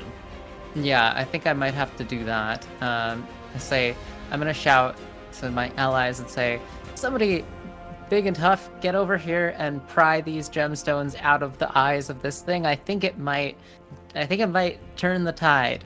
And then I'm going to... Is there any way I get advantage on this thing? I don't think so. So Probably not. maybe the best thing I can do is something gimmicky. I think maybe the best thing I can do is, as a gadgeteer, and then just as a bonus action from a gadgeteer, and just as myself, like my main action, I wonder about the oil splashes. You can pour it on the ground to cover a 5-foot square area. I suppose if it's only a 5-foot square, I can't really burn the Oni out of this effectively, actually. Geez, since I can't really burn it out effectively, I'm just gonna go ahead and make an athletics check. Because I don't think... I feel like that's better. So I'm gonna go ahead and roll an athletics check. And... Oh, I got a 7. I'm gonna use built for success. And I'm going to... I get 3 uses of it. And I get to... I rolled 1d4 for 2. Oh, that only adds 2 to it, so it goes to 9. Well, that's something. So, does 9 do anything on the gemstones for athletics? No, unfortunately not. Try as you might, these things are built into the wall like a freakish statue. Wait, actually, I have a question. Would it be possible for me to make a Tinker's Tools check instead? Absolutely. Yeah, I mean... Okay. Yes. Assuming that you're using... Because I have Tinker's Tools on me. Actually, as my specialized design, I have been programmed to be able to use Tinker's Tools. That's so right. that I can make toys for children. And so, yeah. And so I'm going to, I think, go ahead and do that then. That's going to be like a dexterity check, trained. So Yeah, that we'll would go be ahead and retcon like a sleight of the hand. action that you used there. Okay, thank you so much. In that case, Thanks, I DM. roll, thanks, DM. In that case, I roll for proficiency and dexterity, which adds up to 7, plus 7, so I got a 25. Okay, so using your expertise with your tools, you recognize that this might be a threat, and you very quickly begin to pry and chip and break the gems off of this statue. It's not pretty because you had to do it fast, but they are out. Yes. Awesome, I pocket them. Are they glowing or anything? Like, They or seem to have a very much? magical shimmer to them. It seems like they Nice. glisten, and there's no light that makes them glisten like the way that they do. Okay, well then I put them in like a deep pocket. Like I open up my little trench coat and put it not just inside of an inner pocket, but inside of the concealed pocket within the inner pocket. Great. Sealed with a button. Freaky. And then I like button back up my little trench coat, and that's, I think, I'm gonna bonus action. Why not? I'm gonna throw bonus action flask of blind blast. Try to blind the Oni. I'm just gonna chuck it in there. So I, as an action, throw it up to 45 feet. Given, I think, should I just make like an attack? Do you want me to like make some sort of skill check, like a perception check, for example? No, I just want you to select a square. And if it's right, then you get to activate the effect. Okay, I'm gonna select the. So Darkfin Chuck was recently attacked, and Magnolia. So I'm gonna select this square. Okay. Okay. That does in fact Go, Auto. hit him. He's going to have Yes. to roll. Go, Auto, go, Auto, go. Whoa. No, he has a good con. Yeah, he beats that with a 17. All right. Oh, Well, there's a little boy. flash of light that none of us can see within the darkness. We hear You're doing great with what you're given, I have to say. You're very creative. Yeah. I like it. Okay. Thank you. All right, that's my turn. That next up is Thomas. All right.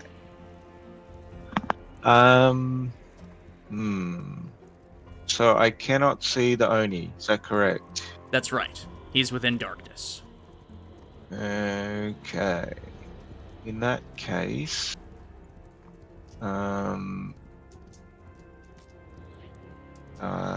Thomas will move forward, and I won't get you to move that. It doesn't really matter for this. And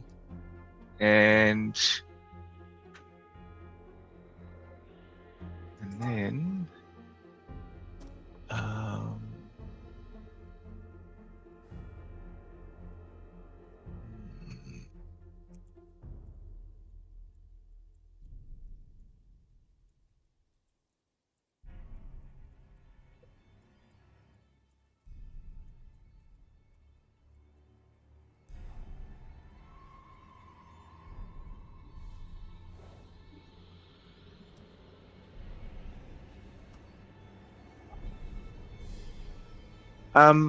would the barbarian's magic awareness skill help me locate the Oni or not? Go ahead and roll that for me so I can see the wording. Yeah, sure. You can open your awareness on the presence of concentrated magic. To lead into your next turn, you know the location of any spell or magic item within 60 feet of you that isn't behind total cover. Well, It's just the spell, really, isn't it? yeah, you'd be able to see that the spell is there. You might also find some other things in the room, though, that might be helpful to you. But, you know, that's up to you. Mm-hmm.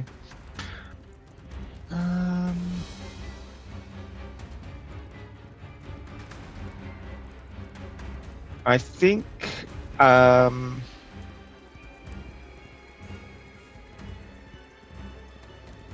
60 feet does seem to be the whole room right now for you. Oh boy. I don't think. You might already know like where the magic in this room is. Like ideally, I might like let you know where the Oni is if there's a magic spell on the Oni, but then the Oni can move, so it might be.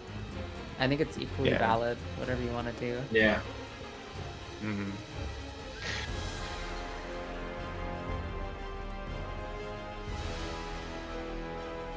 I think that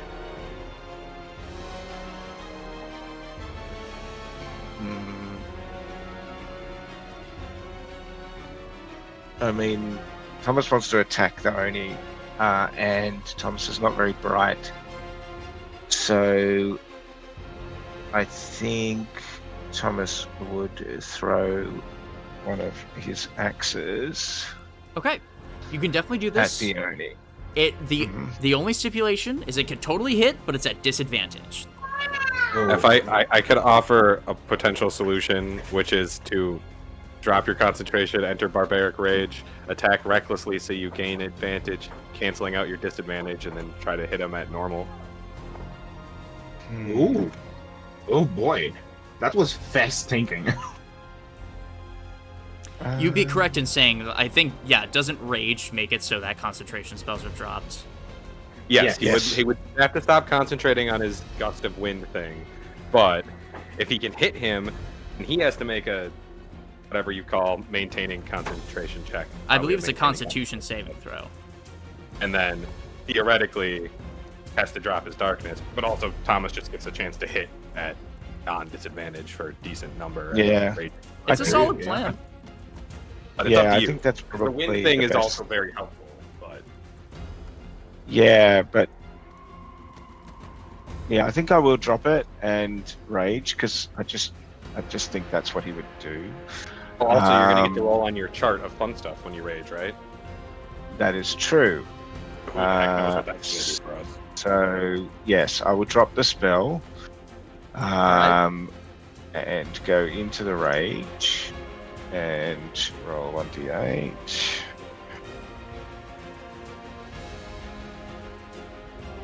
This is a 3, which is an intangible spirit, which looks like a flump for a pixie, appears within 5 feet of one creature of your choice that you can see.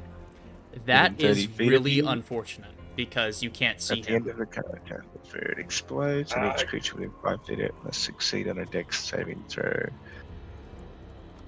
Again, yep. Okay, so I will summon it. Within 35 feet of it. Yeah. Well, so the effect here doesn't go off because you can't see the Oni. However, on your can target following him. turns, you can target him again once you can see him. Can I actually have the spirit appear next to me? Sure.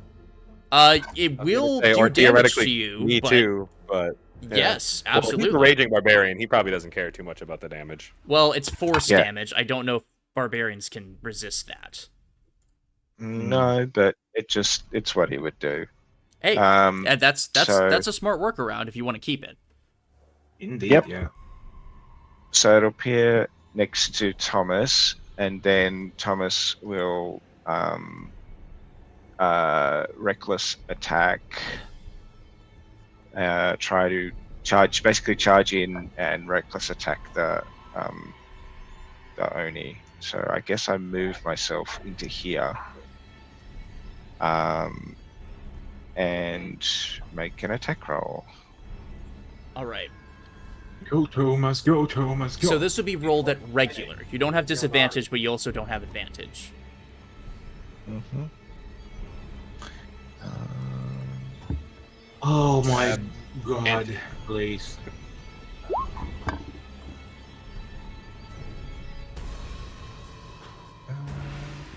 That's a 14. 14 to hit does not hit. Damn it. And Can try Thomas still killing- move after that? Because I need to see you.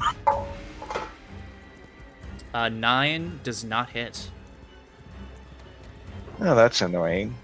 And To then answer your question, yes, he could still move out of the darkness after he's done swinging. I don't know if that's wise though. Yeah, because of the reaction of the Oni. Oh my. Oh. no, I want Thomas visible because the Oni's afraid of Thomas. I'll let you know, moving to there does not provoke attack of opportunity, so... Oh. Oh, because you're So not everything moving within 5 outside. feet of you might get exploded, so there's still a chance you might hit him. If you're Oh my god. Thanks God. So yeah, so that's that. At the end of the current turn, the spirit explodes. Okay, so you need to every make a dexterity creature- saving throw, and I also need to make one. Okay, cool. Dex saving throw. Okay, the Oni fails. So he'll be taking 1d6 damage. You also I failed, also failed. so you'll be taking Yeah, 1d6 so- damage. Okay, roll 1d6. We both Okay. take 5 damage. That's good. All right, anything else for you? That's enough for now. Okay. Oh boy, they only Now- took damage. Before we move on to the Oni's turn, I need to ask, because I want to be respectful of people's time. We are about 3 hours in. So I'll leave it up to you guys if you want to try to push through this fight. The way that it's going right now, you guys are doing a fantastic job, but I don't see it ending within, like, the next 30 minutes. So you know, I'm good to keep going as long as my child keeps cooperating, but that's, always kind of a little bomb. But we're getting close to bedtime, so I think I should be good. Okay. I can keep going. no Unfortunately, problem. all I can say is as long as a child cooperates. Yeah. What about you, Fiona? Yeah, I can. I have to admit I'm getting sleepy, but because I didn't sleep much last night. But I'm good to just kind of keep my character rolling through turns. They're pretty straightforward right now. I mean, I'm being serious. If you want to pause now, it's not a bad time because we could pick it up at another time. But we're I all would do here. I do what the team wants to do because I can keep going because it's still like 10-ish p.m. to me here, so I'm fine. Okay.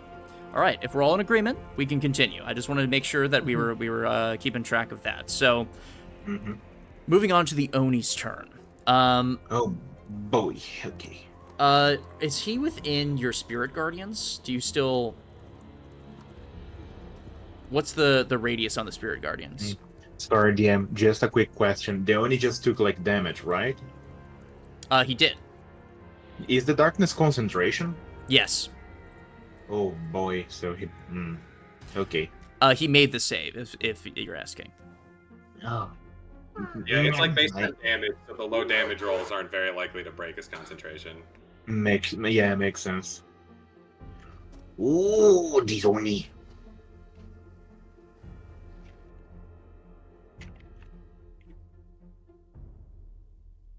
Okay. Hello?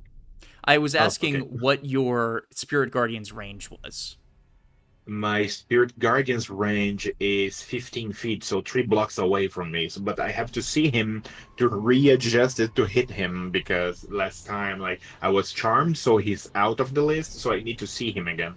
I guess technically speaking, we didn't do that correctly because you're supposed to designate who is within the radius at the start of the spell. In that instance, which I did just the Oni was the enemy, so right. and but after then I got charmed, so it gets kind of cancelled, right? So No, I don't think you technically could after you already cast Spirit Correct. Guardian, then add him to the safe list. So instead, the you whole would have point had to move. But that's not hard to retcon because you did move and take an attack of Long opportunity. story short, Dan, you can still hurt him with your Spirit Guardians. Yes. Good to freaking know. So go ahead and roll that. I'm going to make a wisdom saving throw. Okay. He rolled very high, so he'll be taking half damage. Okay. Oh my god, 10. 10 radiant damage. That is something. That's more than I expected, yeah. Okay. On his turn, you can hear a sort of guttural roar as he senses that his connection to the room has been weakened.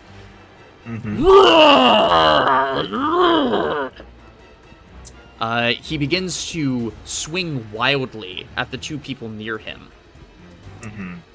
So we'll start with Thomas. Oh boy.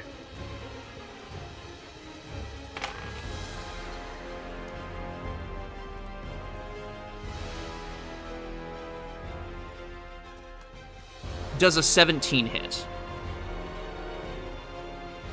17 does hit. Okay. Oh boy. Come on, Thomas, you can do it. 2d10. That's 6. That's 5 plus 4. So that'll be 15 damage. And you're raging, so that'll go to 7 damage. 7. Okay, 7 damage. So I'm on 31. Okay. Oh boy, okay. And then we're going to move to Darkfin Chuck. I have some really bad news. Uh-oh. I just rolled a natural 20. Oh, Rick. What the horrible is happening to me now? The Oni's attacking you. He just rolled a nat 20. Ooh, I'm going down again. I'm going to roll the buddy. damage. This could be important. it's very low chance, but if he hits 2 10s on this roll, there's a chance that you could just die. No. Why would you What, say your that? damage or whatever it's called? Correct. I'm gonna roll. Let's do it. First roll Okay. is an 8. Oh, That's a lot. Second roll is a 2. That's So really well. I like. 20 total damage. Almost didn't down me, but it does down. oh boy. I should just set my health to 0. Oh, I need that light. Okay, you're knocked unconscious once again. And Do my death saves reset when I get back up?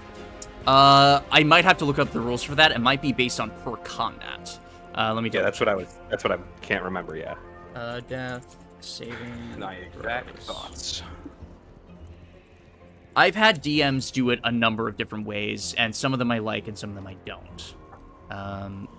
Let's look at D&D Beyond. What does that say? That first one, Mark. Okay. I'm stealing it. Wait. It's my fire truck. What you gonna do? The number of both is reset to 0 when you regain any hit points or become stable. So it resets. It resets. Okay. The Oni's turn is not finished, as the statues are still active. You can see bolts of lightning shoot out from the darkness and affect them both. Thomas and Magnolia need to make me wisdom saving throws. Oh, here we go. Please. 11. Frick. We're going to freaking die here. 9. Okay. You are both charmed for the next turn. No. Charmed. Okay. So we can't hurt him, but we can still help friends, correctly? That is correct. Good. Okay, so I can still help. I'm trying to somehow. find a good symbol for charmed. I gotta be honest, there's not a lot of good choices. We'll Is just there say... a heart in there? Yeah, yeah, the heart looks good. I used the little heart with the chains around it. Yeah, that's good. Oh, that's little heart with chain sounds clever. Yeah, I like that. Yep. Okay. That will be the end of his turn. He still has the darkness up. If I'm not mistaken, does your flump do damage at the end of his turn? No, it's at end of Thomas's turn. At the end of my turn. Until your rage ends, you can use this effect again, summoning another spirit on your turns. Yeah, and it blows up at the end of the current turn. Gotcha. So it would always be on Thomas's turn. Okay. Yep. Darkfin Chuck, I need you to make another death saving throw. All right, let's do it. Cha-Cha, you had better luck than me. Come here. I need you to roll for me. You got better luck. All right, just click. Click it. Oh, I heard. Hey! Holy moly! You come up at 1 hit point. Yes! This is perfect. Okay, this is perfect. Yeah, your turn is Don't worry. over, but I'm up. you're up. That is true. Can't keep a good chuck That being down, said, all you right. still have movement if you want to move. I will say that. Okay, well then I'm just gonna fly to the ceiling. I'm not even gonna stand up either, because I've been laying down for 2 rounds still. Okay. I'm just going to fly upward. I will let you know that this will not get an attack of opportunity, so you are safe to do so. Yeah, I guess I should have theoretically thought about disengaging, but yeah, I'm just gonna fly to the ceiling. Which I think is 20 feet. We established he was 20 feet tall. So I'll go ahead But I'm and give gonna you a like wing keep symbol. laying down. I'm gonna like lay down on the ceiling, even though I don't know if that actually makes a difference. But in my head, then I'm like, Okay. 1 square small. So. Okay, so you find yourself up again. You are going down and up and down. You're losing consciousness. You I float want to yourself make up. like a dying and an ascending to heaven joke too, as my character just slowly floats. Okay. Dorime. Magnolia, it is your turn. Okay, ladies and gentlemen, I was positioning myself to do this a long time ago, just to make sure. Did Auto took damage too? Nope, I'm good. Okay, so this is going for all 3 of us. Magnolia is going to activate her ultimate, so let's go. you see her like touch the heart-shaped like symbol on her chest. She like, okay, Amos, help me here. I need a big one, and she start like doing like a loud pray. Okay, found it. And she starts saying, okay, love's in the air, in the whispers of the sea, love's in the air, in the thunders of the on the trees, love's in the air, in the rising of the sun, love's in the air, when the day is nearly done. And when she finishes it, like it starts raining golden petals everywhere, and she casts mass healing. Okay, let's see it. Boom. Mass healing word. Okay, so that means that both Thomas and Darkfin Chuck regain 7 hit points. Yes. I think, let me see, instantaneous. Does it count me too? Yes. Yeah, that can count you. So we all get plus 7 HP, which is not what I was expecting, but it's good enough. Hey, I mean, that can negate a hit from the Oni, so that's pretty Well, good. Do you have you used your channel I mean, divinity? it was a 700% increase in my hit points, so I'm pretty Because happy. if you have your channel divinity, couldn't you cast the preserve life with it too? Because this is technically a bonus action. This is and that's not a spell. So isn't you can preserve life from the life domain? Oh, I forgot. I have channel divinity, but I think Yeah, it does he's in something me. else. Let me check. Okay, yeah, never mind. What does the nature cleric though do while What we're does on the nature cleric do for channel divinity? Turn undead and an effect determined by your domain. I have turn undead and turn undead, destroy undead, and I have for some reason charm animals and plants. Okay, never mind.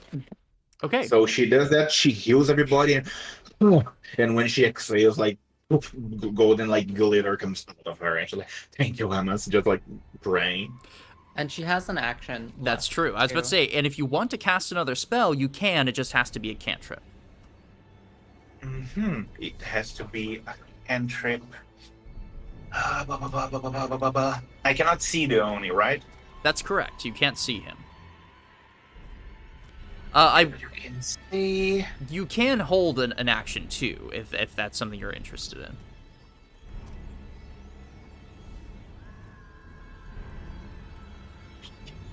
I don't think I have anything good enough for cantrips that I could do. Let me see. I mean, you don't lose anything by at least like saying I hold the sacred flame if I see the Oni, you know. Oh shit! Click the wrong thing. Sorry. But yeah, I will hold sacred flame as soon as I see this guy. Okay. And I'm out. By the way, everybody, I only have 2 more healing spells and they're touched, so please be quick. All right. Auto solve. Hey, I didn't even get a chance to stand up last time between the downings. Okay, it's not my Can I fault. make a quick like insight check? Just like, do I need to get rid of these gems? Like, just a quick like dig into my sense of self, my sense of wannabe detectiveness. Like, is my role in this fight to get back in the thick of it and start dealing damage, or is it to I won't tell you that, but I will tell you, you have just taken out a threat by taking out the gem in its eyes. There are still 2 statues with gems in the eyes. Oh, so maybe I just need to deal with all 3 sets of gems. I feel like if we're worried about it regenerating, I could do that. At the very least, I could stop it from charming people. Are either of the eyes currently lit up?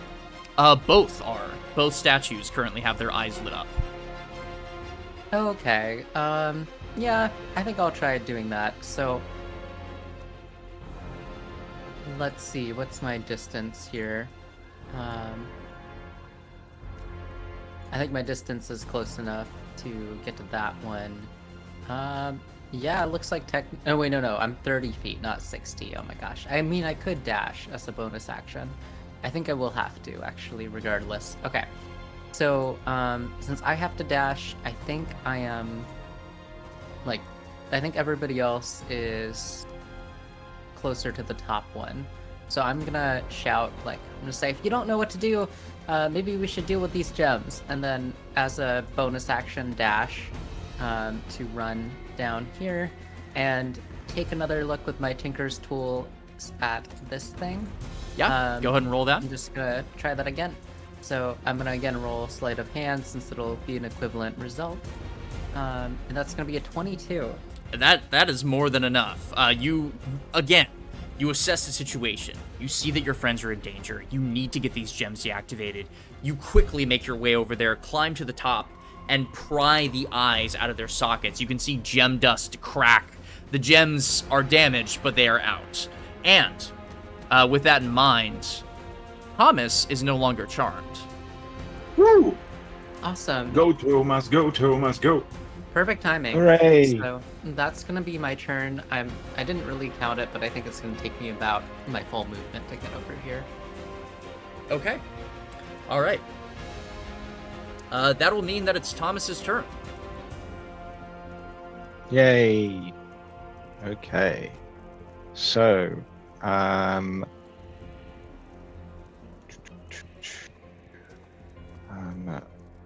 bonus action, make little. Wait, I can't see the Oni yet. So I might actually wait. I'll do it. Bonus action, make a little flump thing next to me again. Then reckless attack against the Oni. So I will do that. All right, let's see it. Are you using Reckless again? Yes. Okay. 17 does hit.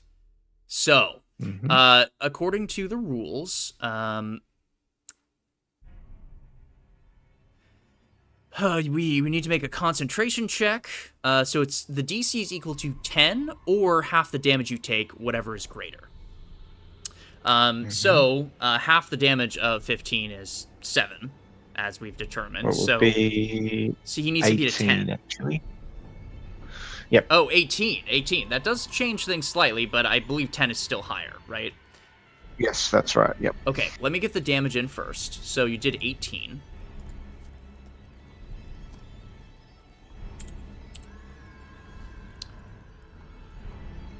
Okay, and then I need to roll over a 10. Oh boy. Come on, Thomas, you can do it. I rolled a 17 on the die. Mm-hmm. So the darkness remains up. However, you have a second attack. Damn it. Yes. Now, And, this, however, you did still hit and hurt the Oni, so. Or whatever that's yeah, worth. Yep. 26, that's a nat 20. Oh, Was that a nat 20 I saw? Oh boy. Yeah. Okay. So that'll do 16 damage. Probably plus 3 more from raging, just like last That's time. correct. I think it happened. Yeah. Sorry for all the background noise if it's coming through. Okay. And he'll have to make over a 10 again. Mm-hmm. He rolled a natural 1. Hooray. No way! You the can see he is here. Now I'm scared of him. Gotcha! That is true. You are now scared of him. Oh boy. Actually, make me a wisdom saving throw at the end of your turn. Just one question. Uh-huh. Oh, no, it's okay. That's all right. Oh, no, excuse me. Make a what, sorry? Make a charisma saving throw. Now that you can see him, I can ask you to make the effect roll. To see if he can be unaffected Okay. by it. Yeah. 19. You are no longer frightened. Yes. Yay. What was I so scared of again? It's just a stupid Oni. Yeah. Just Like, a what silly, the heck? stupid Oni. Okay. Just a stupid Oni. Okay. But So, and then the little flump is gonna explode. Okay, so you'll also be affected by this. Yes. So have to roll a Dexterity saving save. throw. Yep. Wait, Dex. Oh did my he God. just make it explode on the other side of the Oni? No, not quite. Because the idea is that any creature within 5 feet of the creature you put the flump on takes damage. Yeah. Oh, yeah, okay, yeah. Mm-hmm. So I he will saved. roll- That's insane again. Okay, Something I'm like rolling a Martian. dex saving throw. It's cool. 13. I believe that beats your DC, right? What is my DC? Probably not very good. That's the one downside to that class.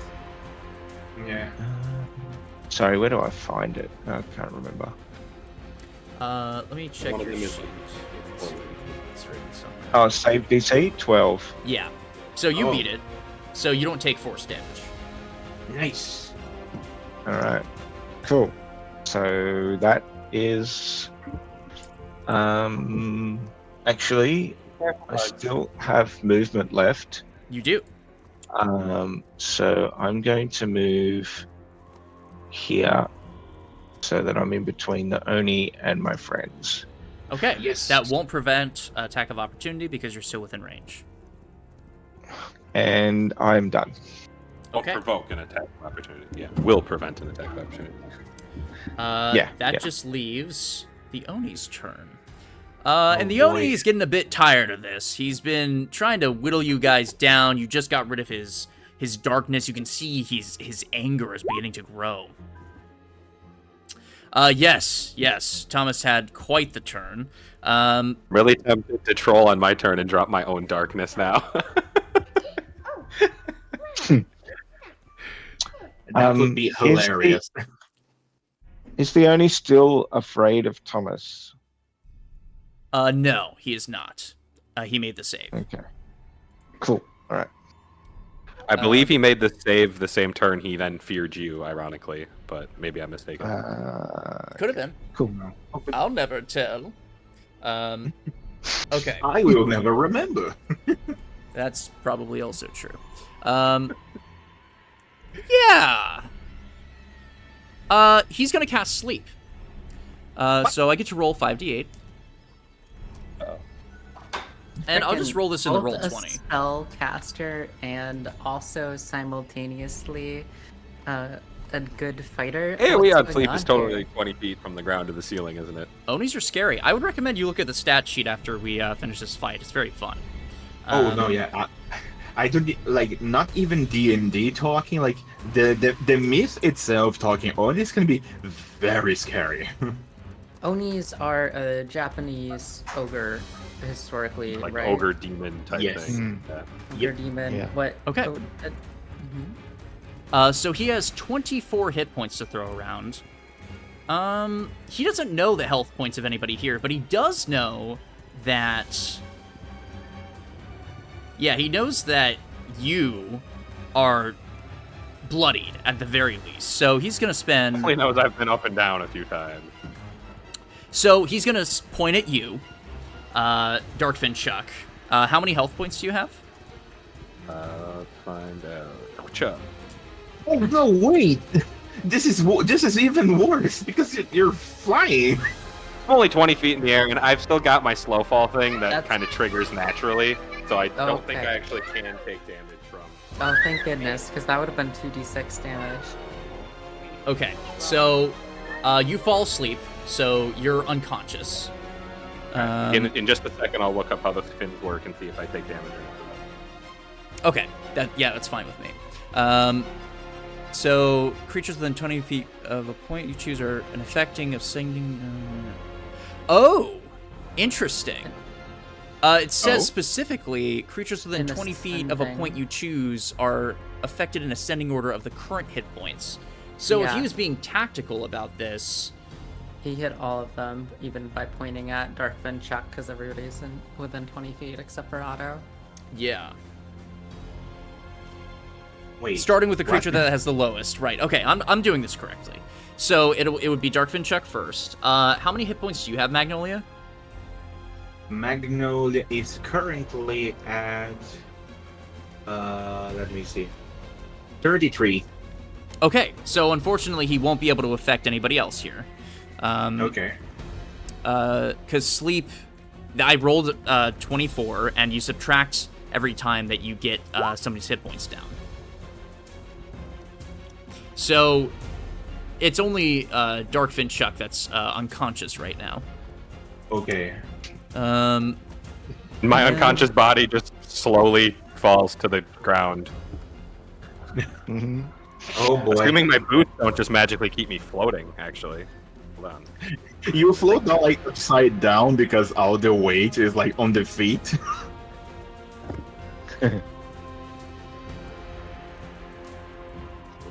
Okay. So I just And have a flying I will let you guys know that now you can see the Oni. He is bloody. Okay. I'm trying to see what other options I have here. But I do harmlessly fall to the ground. I get to negate 100 feet's worth of damage calculation. Yeah. Unconscious body still uses its manta rays to slide harmlessly. Lips with his like arms in a T pose, so he slowly falls down like a lost kite. Okay, yeah. So now that he's cast sleep, he's gonna go ahead and look at the final statue, and look back at the little gnome that's been causing a lot of issues, and he's just gonna run over to you. Question: I'm ready before he for it. runs, he was like as soon as because I just remember that now. As soon as the like darkness like fell, he was like in sight with me. Do I have to like use an action to activate the spirits because they were still active? I did not think. I think It's they were just like active all the time. It's just if they are what is the radius on Spirit Guardians? The radius is 15 feet. He was exactly at 15 before he He moved. was exactly at 15. Yeah. Go ahead. I'll have to make a what is it? A Wisdom saving throw. Yes. He Let rolled a me nat 20. Oh boy. So just half. Yes. Mm-hmm. So that'll be so 4. 4? Yeah, Yep. 4 radiance. Oh That's boy, this is something. tense.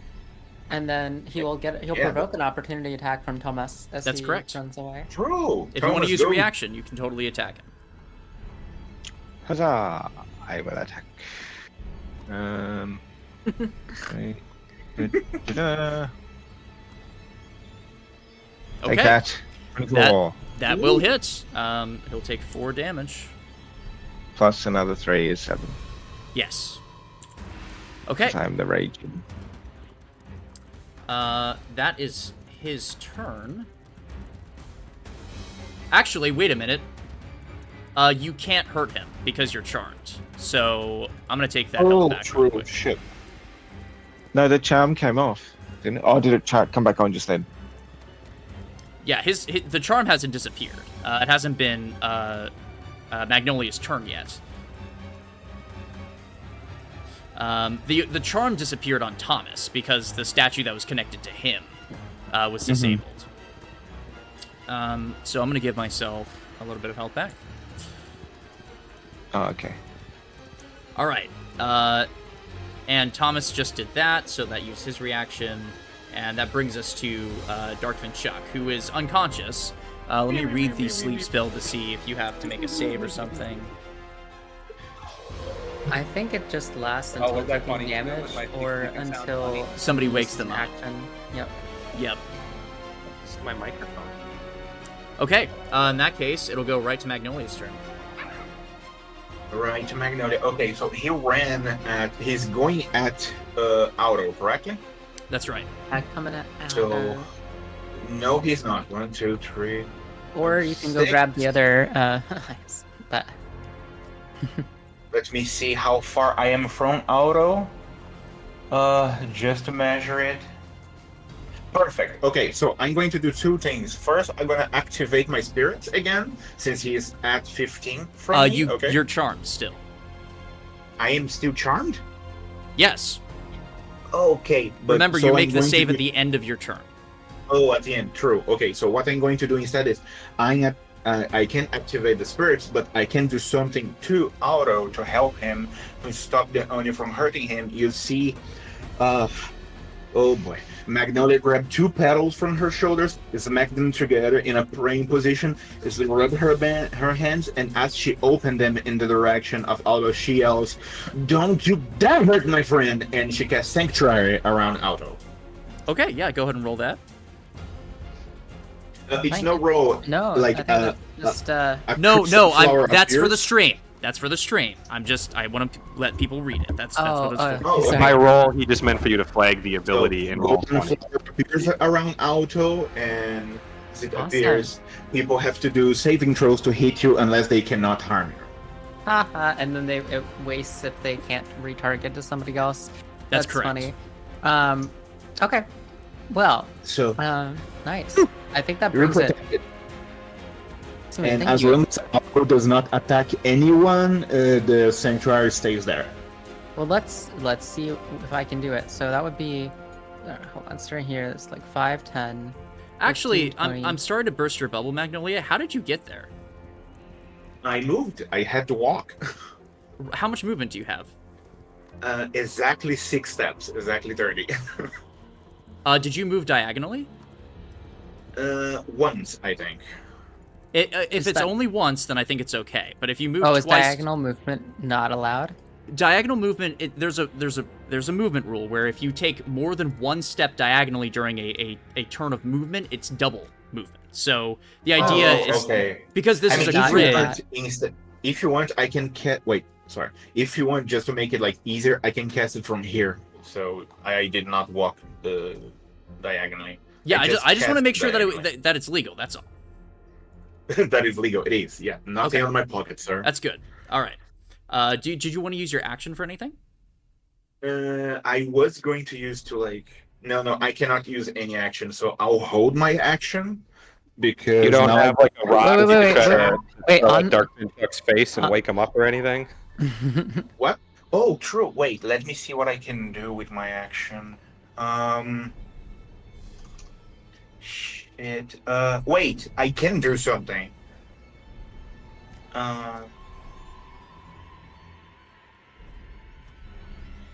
Okay, what I'm going to do is, let me see how far I am from Chuck first, because this isn't.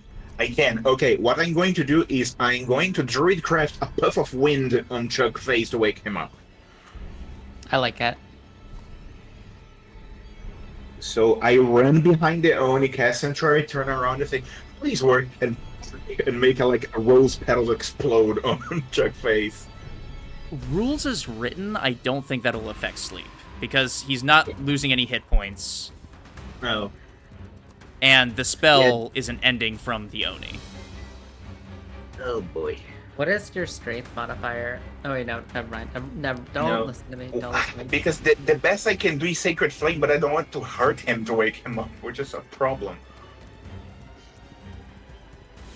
I mean, it's totally up to you. You could spend your action moving to him and then waking him up, but I don't know if you'd have enough movement left to get I mean, to if where I you use are. my action, I double my movement, so I can, move back. But I would have my action to move to him. Can I still wake him up? You need to use an action to wake him up, according to the spell.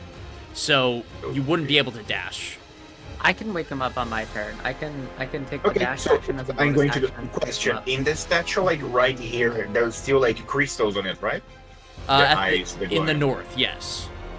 Okay, so what I'm going to do is I run to here, cast Sanctuary on auto so that the Oni can do shit, and then with my action I will dash back to the statue to get as close as I can because at this point I saw what auto is doing. So 1, 2, 3. So I get back here. Okay, Nice. that's good. And I'm rushing to that statue because hurting the statue does not is not a break of the laws of the Oni charm. So I'm fine. Okay. So at this point, it becomes my turn, I have deeply hidden in my pockets all of the gems, so I'm not that worried about the Oni taking them off of me. Though in that they're not in my hands, so I don't think I need to worry about that. So I think what I could worry about is either picking up Darkfin Chuck, though then I worry that maybe we'll be in for an AoE attack if we're all bunched up together. So part of me wonders if I should just try to do some sneak attack damage on the Oni. Because it was. No, was if it you attack, you lose Sanctuary. Just saying. Oh, I forgot about that.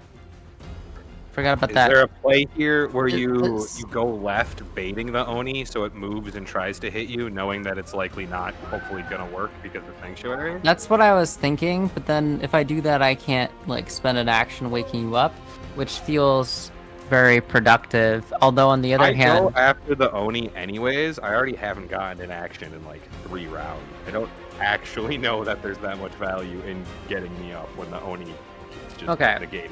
on the other That's why I'm hand, saying if you can distract it, then maybe if they get me up, I actually get up.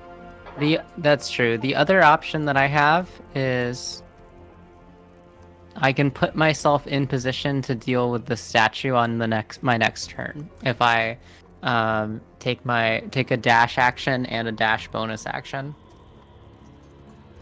Is that just better? And then let the rest of y'all wail on it? You get free disengage when you dash as a rogue? I do not, but Sanctuary is going to protect me. Yeah. Okay, I was gonna say, or can you go the long way around? But fair enough. Mm-hmm. Yeah, I mean, you've been pretty good at dealing with them too. Yeah, I think that's the I move. don't think I'd ever get a honestly. chance because I could have theoretically like flurry of blowed and taken like 5 punches and I feel like that I would have feel done like it. Probably Yeah. have broken it, but I think yeah, I'm I just think you gonna should do just that. move there. Yeah. Yeah, I'm just gonna do that. I guess actually I do have the movement if it's 120 feet, right? Well- If it's double, because I guess I double it, and then I double it again. So that's gonna be like, wait, is that how that works, or do I just add 30 feet? I've always played it like you double it and double it again. Oh no, that would be insanely broken if you could just double it, because there are things like the Very. mobility feat, Oh wait, the, you're the right. cat you're right. race that would make it monstrously large. Yeah, you're Okay, adding and- your movement. Hey, the No, Tabaxi okay. already hits like 2,000 movement speed in 6 seconds. It's fine. Okay, You I was turn thinking I was me into conflating you turn something- me into the. I think I was the conflating road something runner. Zyra did. Okay, I just run all the way over here then. Boom. And Did you run past the Oni? I will in fact run past it, meaning it gets to make an opportunity attack, but first it has to make a wisdom saving throw. All right, we'll see what it rolls here. Mm-hmm. It rolled a 7 plus its wisdom, so that's 10. I Yep, think will that's not be allowed probably to lower attack. than You Dan's. need to go potty. Okay. Let me spell save check. DC. That's probably Yeah, like that's my probably lower. spell- Mhm. My spell save DC is 15, so no, he Nice. fails. Yeah, awesome. Thank you, Dan. So I make it all the way to the other statue, and I'm ready for next round. That's my turn. Okay. This Oni must be so angry right now. What was It your looks action angry. for the round, Fiona? My action was a dash action. My bonus action was also a dash action. Thus, I netted up to 90 feet of movement. yeah, right. Okay, Mhm. yeah. Oh, your action. Magnolia, at the end of your turn, you need to make a wisdom saving throw to see if you can beat the Wisdom shark. saving throw coming. I Oh. forgot to ask. Bearing in 20. mind that, should Okay. I actually just be like right here so I'm not in the pathway of the eyes? Or I just move here, actually. Will that get me out of the pathway of the eyes if I'm on the right of it? I can't confirm or deny. I will tell you that the eyes are facing forward, so assuming that you're not within those spaces in front of it, it's probably safe. Awesome. Yep, I had just enough movement to get there, so that's my turn. All right. That means that it's Thomas's turn. Aha. Thomas.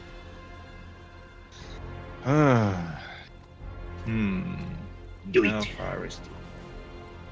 Let's see. Whoops. That's not what I want. I want up here. No, oh, I like that. I did have this figured out before. Oh. There it is. 35 feet. Okay, well that's cool because I can move 40. And I'm not charmed or anything, right? I'm good. Yep, you're good. All right. So and attack with axe again. First attack will be reckless. Yeah, I'll use reckless attack.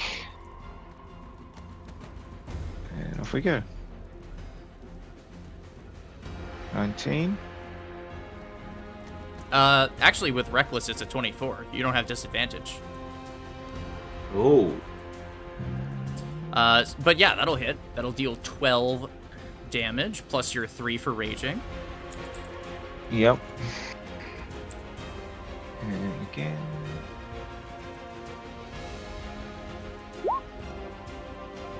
Okay. That is. So a total of 9 damage. Yep. Nice. On the second attack. And with the second attack, I will use Strike of the Giants to add an extra 1d6 cold damage. 6. Oh, helpful. Well, If it's a creature, I have to say, as you slash into it multiple times, you can see at this point blood is streaking down from its face. You can see the axe begins to wind up, and then it drops. You needed exactly 1 damage to do his health. So he dies. nice. Yes. Wait, he dies? He goes down? He's dead. I'm gonna immediately, if we're exiting initiative, try to dismantle the remaining gemstones and tell folks and say, I'm gonna say, watch out, the book said he could regenerate. Ooh. Uh-huh. Are we exiting initiative, or? For right now, yes. Okay, then I will make a Tinker's Tools check. And suggest we worry about that body. That's gonna be a 19. I'm going to do something. Yeah, that's enough. If you allow me, DM. Uh-huh. But I don't know how if it will work because I don't know what species the Oni is. If it's a demon and undead, do I know? You guys were told that it's a type of giant. Type of giant. I mean, to be fair, like destroy undead would not work right now because he's just dead, not undead, right? That's correct. Loud snoring emanates from Darkfin Chuck. Oh yeah, I'm Oh, gonna wake boy. up Darkfin Chuck. Okay. Wake up Darkfin Quack, Chuck. quack, quack, quack, quack, quack. Perception checks? Like, I'm gonna investigate this room and try to find anything that could Oh, be wait. like, a trap or Just for related. I know it will sound kind of crazy. I do have a kind of weird idea. Did Thomas bring the chest with him? Yes, that was Yeah. stated. Yeah, is it? Is I a will- chest backpack? Okay, let's shove this freaking body in this chest and lock it with everything we have. This thing is bigger than a chest by a We have to large. dismember. We could dismember just it put and it put it in all. I We put could in all of dismember those it, chests. put it in the different chests. Yeah, Wait, exactly. the coffin outside the temple. Maybe we can like chuck it in there and like chain it again. Well, there is that big scary one, yeah, right there that it was theoretically already locked up in. Oh yeah, that's true. That's true. That's true. Good call. I mean, That I don't know seems what to do, but we should like make sure this thing does not come back. I feel like chaining it up there is probably the move, but because it didn't break free on its own last time, right? Somebody helped it theoretically. Probably. But are the chains still any good? Can I check them out? I guess with my Tinker's tools. I'll mean, just just let you to know make that sure- the chains are fine, although you can see at the midpoint of all of them, they are broken in half. Okay. Wow. Okay. Okay. Because I I have got nothing to mending. like fully destroy Mending, this thing. anyone? Like a little robot who might know convenient spells I called mending? sadly do not know any spells. I don't believe that's a part of the unknown background. Which is funny because we can heal by having mending cast on us, but we don't get mending. Okay. You know what? Fair. That's fair. I mean, we need to make sure this thing does not like come back. But like Auto got all the eye crystals, right? The eye gems. Sorry, eye crystal is another thing. Yes. I have all of the eye gems from the different statues, so we could look at them and see if we can figure something out. I guess does somebody want to give me like advantage on an Arcana check? I get +2. Okay, DM, are those like pillars, fires? What are those? Those are pillars. They're holding up the room Pillars, that you're okay. standing in. Okay. What about the ones flanking the throne? Those are just very big skulls. They appear to be those of a giant's. Okay. Okay. If I Yeah, because we need to find a way to get rid of this thing. well, does Magnolia have Arcana trained? If not, I have +2 int for Arcana. So I believe I do. Let me check. I have. Let me see. No, I have 0 Arcana. okay, then do you want to give me advantage, i.e., the help action on an Arcana I check? do. Yeah, I help Right. you. Yeah. We're just looking at these rocks, trying to figure out if there's anything cool to do with them. Looks like I got an 18. You said these rocks? The crystals from the eyes. crystals. Oh, okay. Yeah, What you determine from these gems is that they were enchanted, and you can still see remnants of that enchantment glistening on them. But it seems like the physical damage done to remove them is slowly draining them of their strength. Whatever Nice. enchantment they had is slowly beginning to wear off. Well, maybe they're worth something on the list. The list. I mean, chalks and inks infused with precious gems are something. Straight up gems are something. I mean, at Several- this point, I'm probably asking if the Oni parts can help with that too, because Oh right, like horn maybe. yeah, Did nails. we already I cut don't know. Did we already cut off a Minotaur's horn? Well, there's a jeweled horn required for clairvoyance, so we could put a jewel in the horn, and then we would have a jeweled horn. Can I make a Tinker's Tools check to do that? That doesn't sound like a job for a tinkerer's tools. I believe there's a You're separate. right. That definitely Yeah, does something not. more specific, maybe. What is taxidermy tools? Thieves tools? No, I think there's actually like a gem set of. Oh, there is a jeweler. No, wait, you're A totally jeweler's right. kit, There's a yes. jeweler's True. kit. I do not By have the that way, one. at this point, like Magnolia is still like very like on alert. If she see like this thing moving, even if it's just like I don't know, muscle like instinct because of like the nerve damage, she's beating it again. Every time like it moves or twitches, she like poof with her flail. So, I mean- I'm just gonna check the pockets real quick. I mean, I'll tell you. You've been making a lot of checks, and I feel like we're gonna go in circles here. This thing is dead. Yeah. It is dead. Okay. It is not Okay. coming back. Dead? It is. Okay. It is deceased. It is gone. It is Okay. erased. Okay. Okay. The room that you're in initially doesn't appear to have a way out until you look behind the chair, where you can see a similar stone pattern to those of the door that enters this place.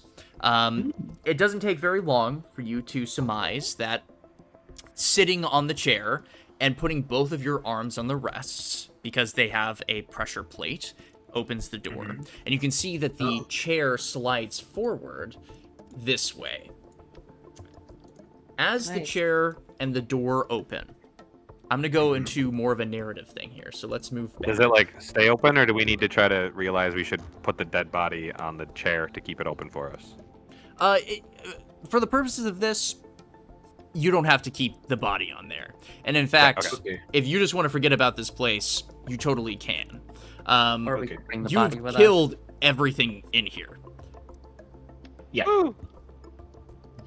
Including Darkfin Chuck a couple of times. That's true. us. Technically, yeah.